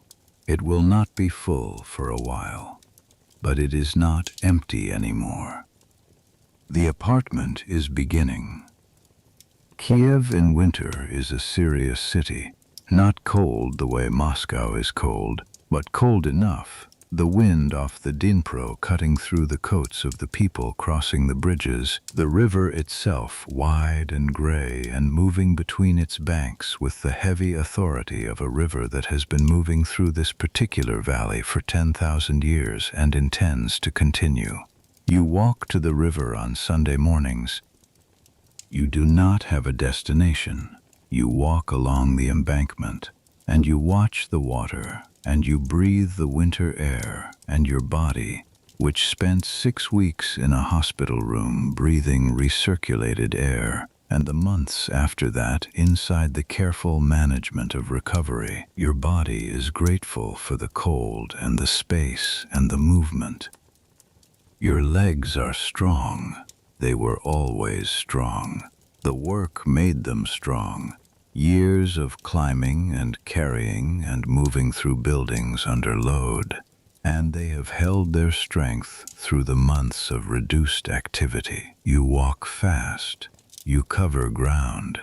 The embankment stretches for kilometers, and you walk it end to end sometimes. The city on your left and the river on your right and the winter sky above it all. Low and gray and enormous, the way Ukrainian sky is always enormous. In March, you start working again. Not firefighting. The medical assessment in February. A full evaluation at the Kiev clinic associated with the Bernasian Center, staffed by doctors who have been treating Chernobyl cases since the summer, produces a classification. You are fit for light work. Not field firefighting, not the physical demands of active response, but the classification allows for administrative and training work. You know the work. You know it from the inside, from every shift, every call, every decision made in the first seconds of arriving at a situation that is different from what you were told it would be. You apply to the Kiev Fire Service Academy. The application takes a month to process. There are several conversations with administrators who are working out, in real time, how to classify a firefighter who is medically cleared for light duties but whose service record includes a notation that does not appear on other service records. The notation says, Chernobyl, April 26, 1986, zone. The notation carries weight that the administrators feel without being entirely sure what to do with it. In the end, they hire you. You teach. The cadets are young, 19, 20, 21, the age you were when you started, the age of certainty that is not actually certainty but looks like it from inside. You teach them the technical curriculum. fire behavior, building construction, and how construction choices affect fire spread, hazardous materials, the mechanics of hose and pressure and flow. You teach them the things that can be taught in a classroom, and the things that can only be described, that can only be approximated in language, the things that only become fully real when you are standing inside a burning building at 2 in the morning and the conditions are not what you expected. You do not teach them about Chernobyl, not directly, not as a lesson, but it is there in how you teach, in the particular care you bring to the question of information, the question of what you know and what you only think you know, the question of the gap between the briefing and the reality. You teach them to stay inside what they actually know and to identify clearly where that knowledge ends. You teach them that arriving at a situation and understanding a situation are not the same thing, that the work of the first few minutes is not the fire, it is the assessment. What is actually here? What am I actually dealing with? Where does my information stop and my assumption begin? This is not what the curriculum says to teach, but it is what you teach. The cadets are attentive, some of them more than others. There is one, a young woman from Poltava, dark-haired, quick, the kind of student who asks the question that shows she understood the previous answer and has already moved past it, who asks you, after a class on hazardous materials, what it was actually like. She asks it carefully, aware that she may be asking something she should not ask. She says, I read about the firefighters from 1986. Was that? She pauses. She says, was that you? You look at her for a moment. You say yes. She says, what was it like? You think about this. You have not talked about it in these terms, what it was like, the experiential question, the question of what it felt like from inside. You have talked about the facts, the timeline, the decisions, the medical aftermath. You have talked about the other men. You have talked about what was known and what was not known. But what it was like is a different question, and you sit with it for a moment. You say, it was like every other call for the first 20 minutes, and then it wasn't. She nods. She writes something in her notebook. You say, the lesson is this. The 20 minutes when you think it's like every other call is the most dangerous 20 minutes, because the call where everything changes looks exactly like the calls where nothing changes, until it doesn't. She writes this down. You watch her writing and you think, good, this one will be careful. This one will ask the right questions in the first 20 minutes. Spring comes to Kiev in March and then April. April is a month that now has a different weight than it had before. April 26th is a date that exists on the calendar the way some dates exist, not just as a date, but as a door, a threshold, a line between before and after. You are aware of it weeks before it arrives. You are aware of it in a physical way. Not quite dread, not quite grief, something more bodily than either of those words suggests. A heightening, a particular attention to the quality of April mornings. On April 26, 1987, the first anniversary, you go to the river. You go alone, early, before Lyudmyla is awake, in the particular gray of a Kiev morning that is not yet fully light. The river is wide and still at this hour, and the embankment is empty. You stand at the railing and you look at the water and you think about the men whose names you carry. Not abstractly, not as a list, but specifically, the individual faces, the individual voices, the individual quality of each person you worked beside. Petro, who asked for books. Pravik, 23, who went up first. The others. 28. 28 is the final count of the men who died in the direct aftermath, the firefighters and plant workers who were in the zone in the first hours and absorbed the doses that the human body cannot absorb and survive. Some died in May, some in June, some through the fall and into the winter as the delayed effects of their exposures worked through their systems. The last of the acute deaths in 1987. After 1987, the accounting becomes more complicated. The liquidators, the populations, the cancers that appear years and decades later in people whose exposure can be documented or estimated, but whose individual deaths cannot be attributed with the certainty that courts and insurance companies and governments require. The studies are ongoing. The studies will be ongoing for the remainder of the century and into the next. The estimates range widely depending on methodology, from fewer than 100 additional cancer deaths to several 100,000, a range so large that it contains within itself all the arguments about what counts and how you count it and who bears the cost of the counting. You do not stand at the river and count. You stand at the river and you remember the specific people, which is a different thing and a more honest thing, and the only thing you can actually do. You stay for an hour.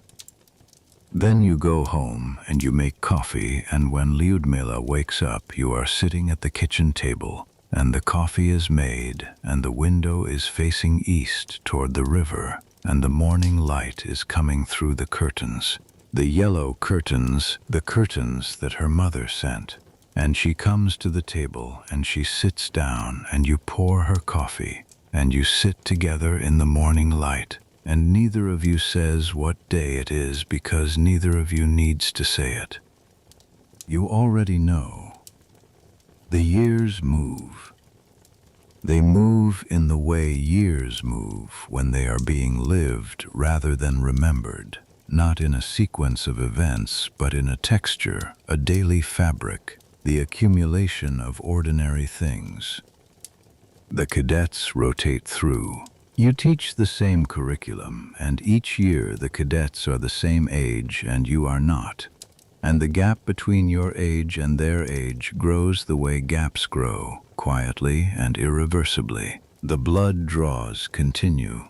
Monthly for the first year, then quarterly, then annually, then with the decreasing frequency of a monitoring program whose subject is proving stable. Guskova, on the telephone from Moscow, continues to describe the numbers as good. She uses the word good without qualification now, which is its own kind of information. Lyudmyla goes back to school. Adult education, evening classes, a qualification in accounting. She has a facility with numbers that she did not fully apply before and applies now with the focused attention of someone who has understood what their capacity is and intends to use it. She gets a job. The job is at a municipal office, processing financial records, not glamorous and not exciting and exactly what she wants. Something reliable. Something that proceeds according to clear rules, something that produces a definite output at the end of each day. The apartment fills further. More books on the shelf. A proper kitchen table, no longer the small folding one from the market. Photographs on the walls, not many, chosen carefully. One of the river in summer, taken from the embankment. One of the Carpathian hills from the balcony in Ivano-Frankivsk, taken on a clear October morning when the light was doing something extraordinary to the slopes, and Lyudmyla had a camera and took the photograph without planning to. One of you and Petro, taken in the hospital, not in the ward, in the corridor, after one of the follow-up visits, both of you squinting against the Moscow winter light coming through the lobby window. Petro's face is thinner than it used to be. Your face is the face you have now. You are both there, in the photograph. which means you are both still here, which means something. Petro lives in Kharkiv. He teaches, too, history at a secondary school, the history books he always wanted to read now being the history books he explains to other people. He calls on Sundays. He has opinions about everything. He lent you a book last spring, a biography of a Ukrainian poet you had not read, and you returned it and told him it was good. Which was true, and he said, of course it was good. I recommended it, which is also Petro. Exactly Petro. Still exactly Petro. The zone continues to be the zone.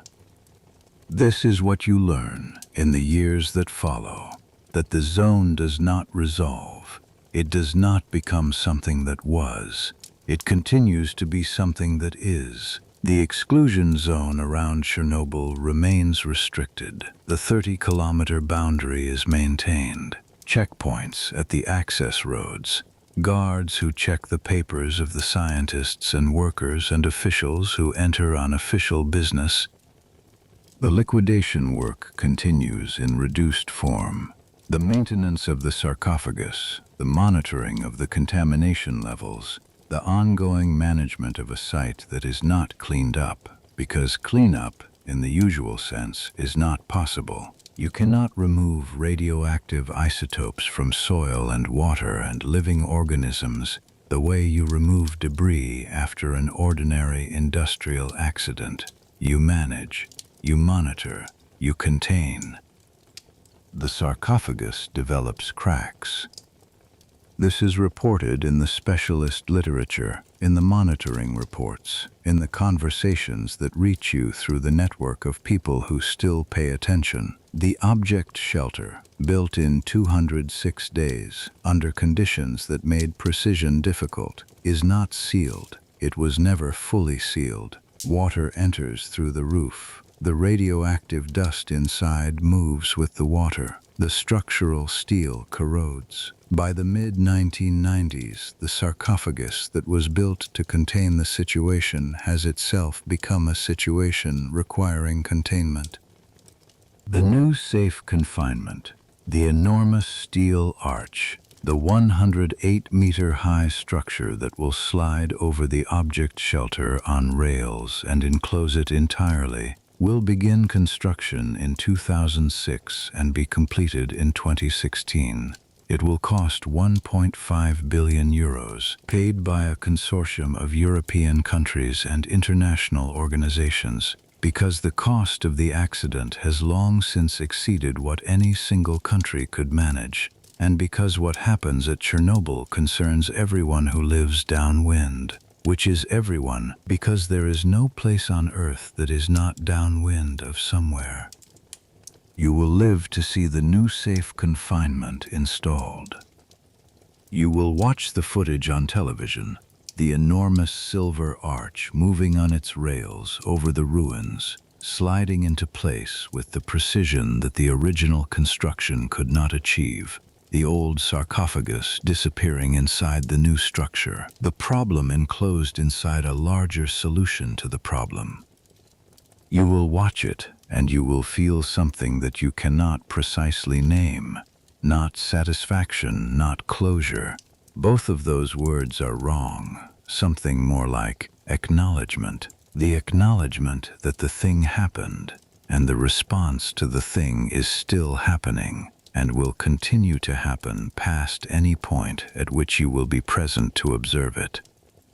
The cesium in the soil of the zone has a half-life of 30 years.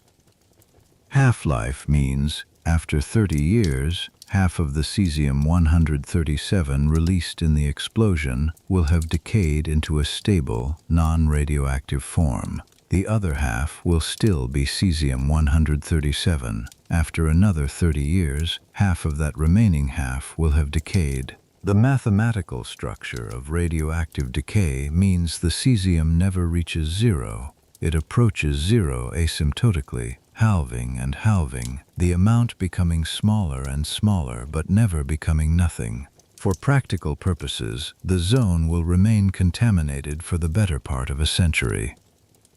For the purposes of plutonium-239, also present in the core material released by the explosion, the relevant timescale is not decades, but tens of thousands of years. You think about this sometimes, late at night, in the particular way that large numbers inhabit the mind when there is nothing else to do with them, not with anxiety, not anymore, but with a kind of awed attention. 24,000 years. The pyramids at Giza are 4,500 years old. The oldest known human settlements are 12,000 years old. The plutonium released at Chernobyl will be radioactively significant for twice the entire span of human civilization. This is what a nuclear accident means when you follow it to its actual length. The zone, in the years after the accident, becomes something unexpected. With the humans gone, the animals come. The first decade is difficult. The acute contamination of the zone kills or disables wildlife in the most affected areas. The red forest, the stands of pine nearest the reactor that received the highest dose in the first hours and turned brown and died within days. But the animals do not have the human understanding of what the zone means. They have no concept of exclusion zone. They follow their instincts and their territories and their food sources, and with the humans gone, the food sources and the territories expand into space that has not been available to them for decades. Wolves return. Lynx, absent from this part of Ukraine for generations, reappear. Wild boar multiply in the forests that are returning to forest without the management of humans. Przewalski's horses, introduced experimentally in the 1990s, establish a breeding population in the zone and spread across it. Beavers return to the rivers and build their dams, and the rivers change course in the small ways that beavers cause rivers to change course. White-tailed eagles nest in the forests that were once managed farmland. Brown bears, not seen in the region for a century, move through the zone in the movement patterns of animals finding new ground. The radiation is still there. The animals carry it in their bones, in their tissues, in the accumulation of cesium in their muscles and strontium in their skeletons. Studies of the animal populations in the zone show elevated rates of certain abnormalities, reduced populations of some species in the most contaminated areas, genetic effects that researchers continue to document and debate. The zone is not clean. It is not safe in the human sense of safe, but it is alive, abundantly and insistently alive, in the way that life is alive when the particular kind of interference that humans represent is removed. This is not a comfort, exactly, but it is something. The knowledge that the land has not died, that the trees are growing and the animals are moving, and the rivers are carrying their water to the sea the way rivers do, regardless. Pripyat stands inside the zone. It has stood empty for decades now. The buildings are there, the apartment blocks, the school, the hospital, the cinema, the supermarket, the cultural center where Lyudmyla worked, the Ferris wheel in its square. They are there in the physical sense that concrete and steel and glass are there, degrading slowly, deteriorating at the pace of unmanaged structures in a northern climate, the roofs failing, the walls staining, the windows breaking from the pressure of the plants that find their way through cracks and expand, the floors heaving as the roots below them grow. The buildings are being taken back. The trees have grown through the streets. This is the detail that reaches you most clearly from the photographs taken inside the zone by the researchers and photographers who enter with permits and dosimeters. The trees, birch trees in the streets, growing up through the pavement cracked and lifted by the roots. saplings in the courtyards that were maintained when people lived there. The park returning to forest.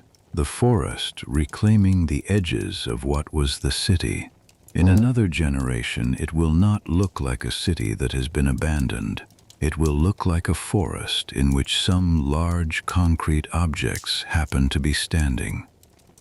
The apartment on Lesya Ukranka Street, Building 7, 4th floor, is standing. You have seen photographs. The building is standing. The windows of the 4th floor are broken. The balconies of the floors above show the staining of years of weathering. The courtyard below is thick with vegetation, the pavement invisible under it. The apartment itself, you cannot see it from the outside. You have only the photograph of the exterior. The building standing in the forest that is reclaiming the city around it. But you know the apartment. You know its dimensions, its window and what the window faces, the kitchen where the kettle was slow.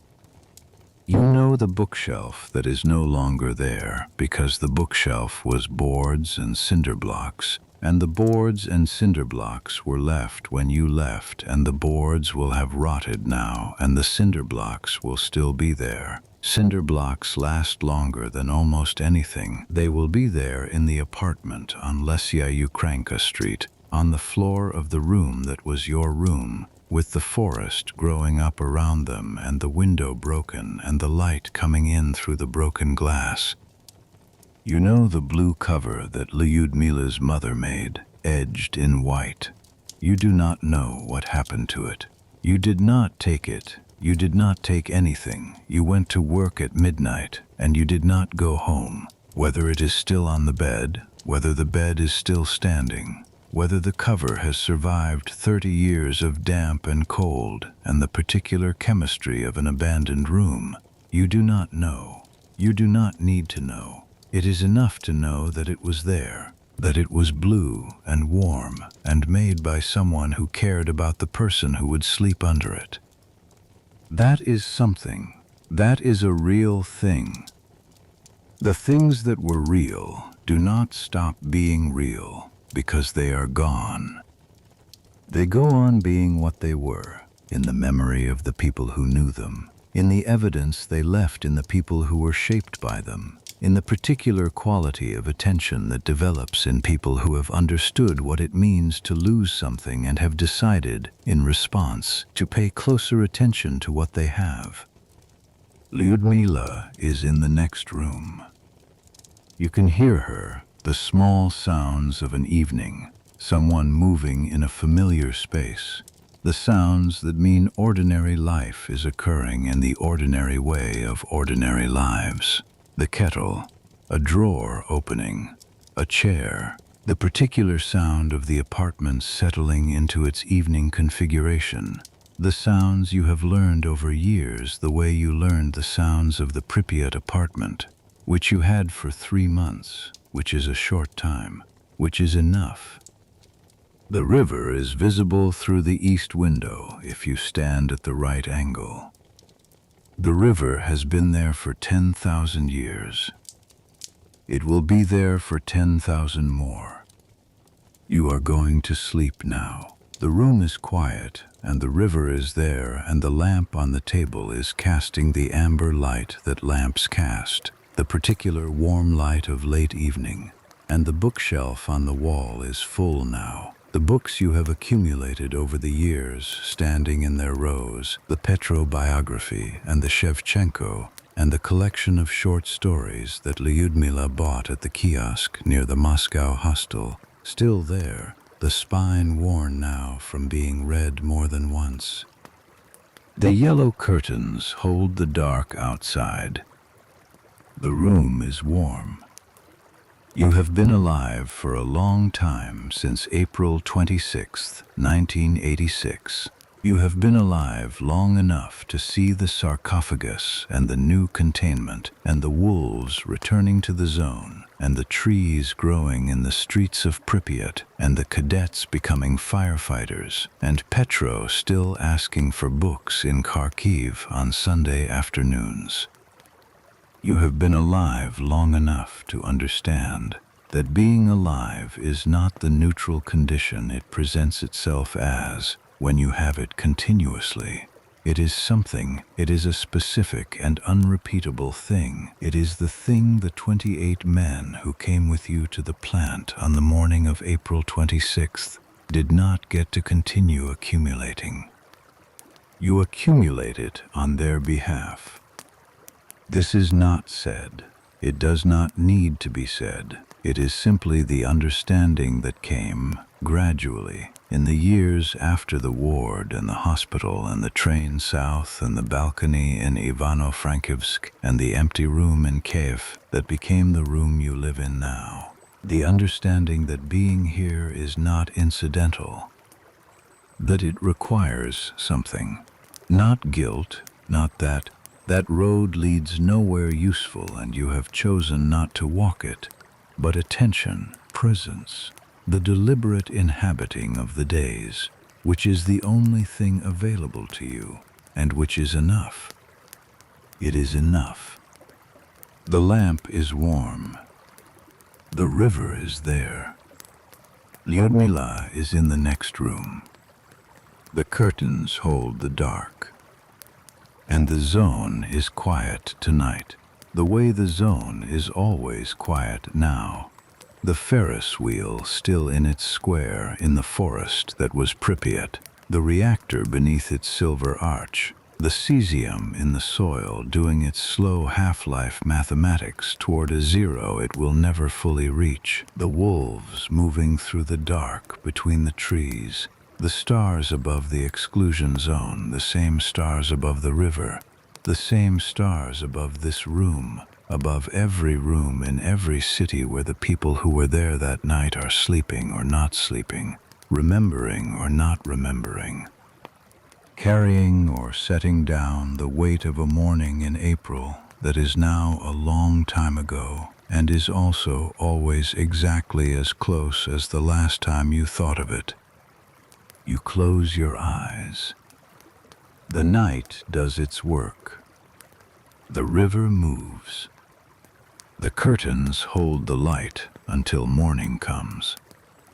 Sleep now. Good night.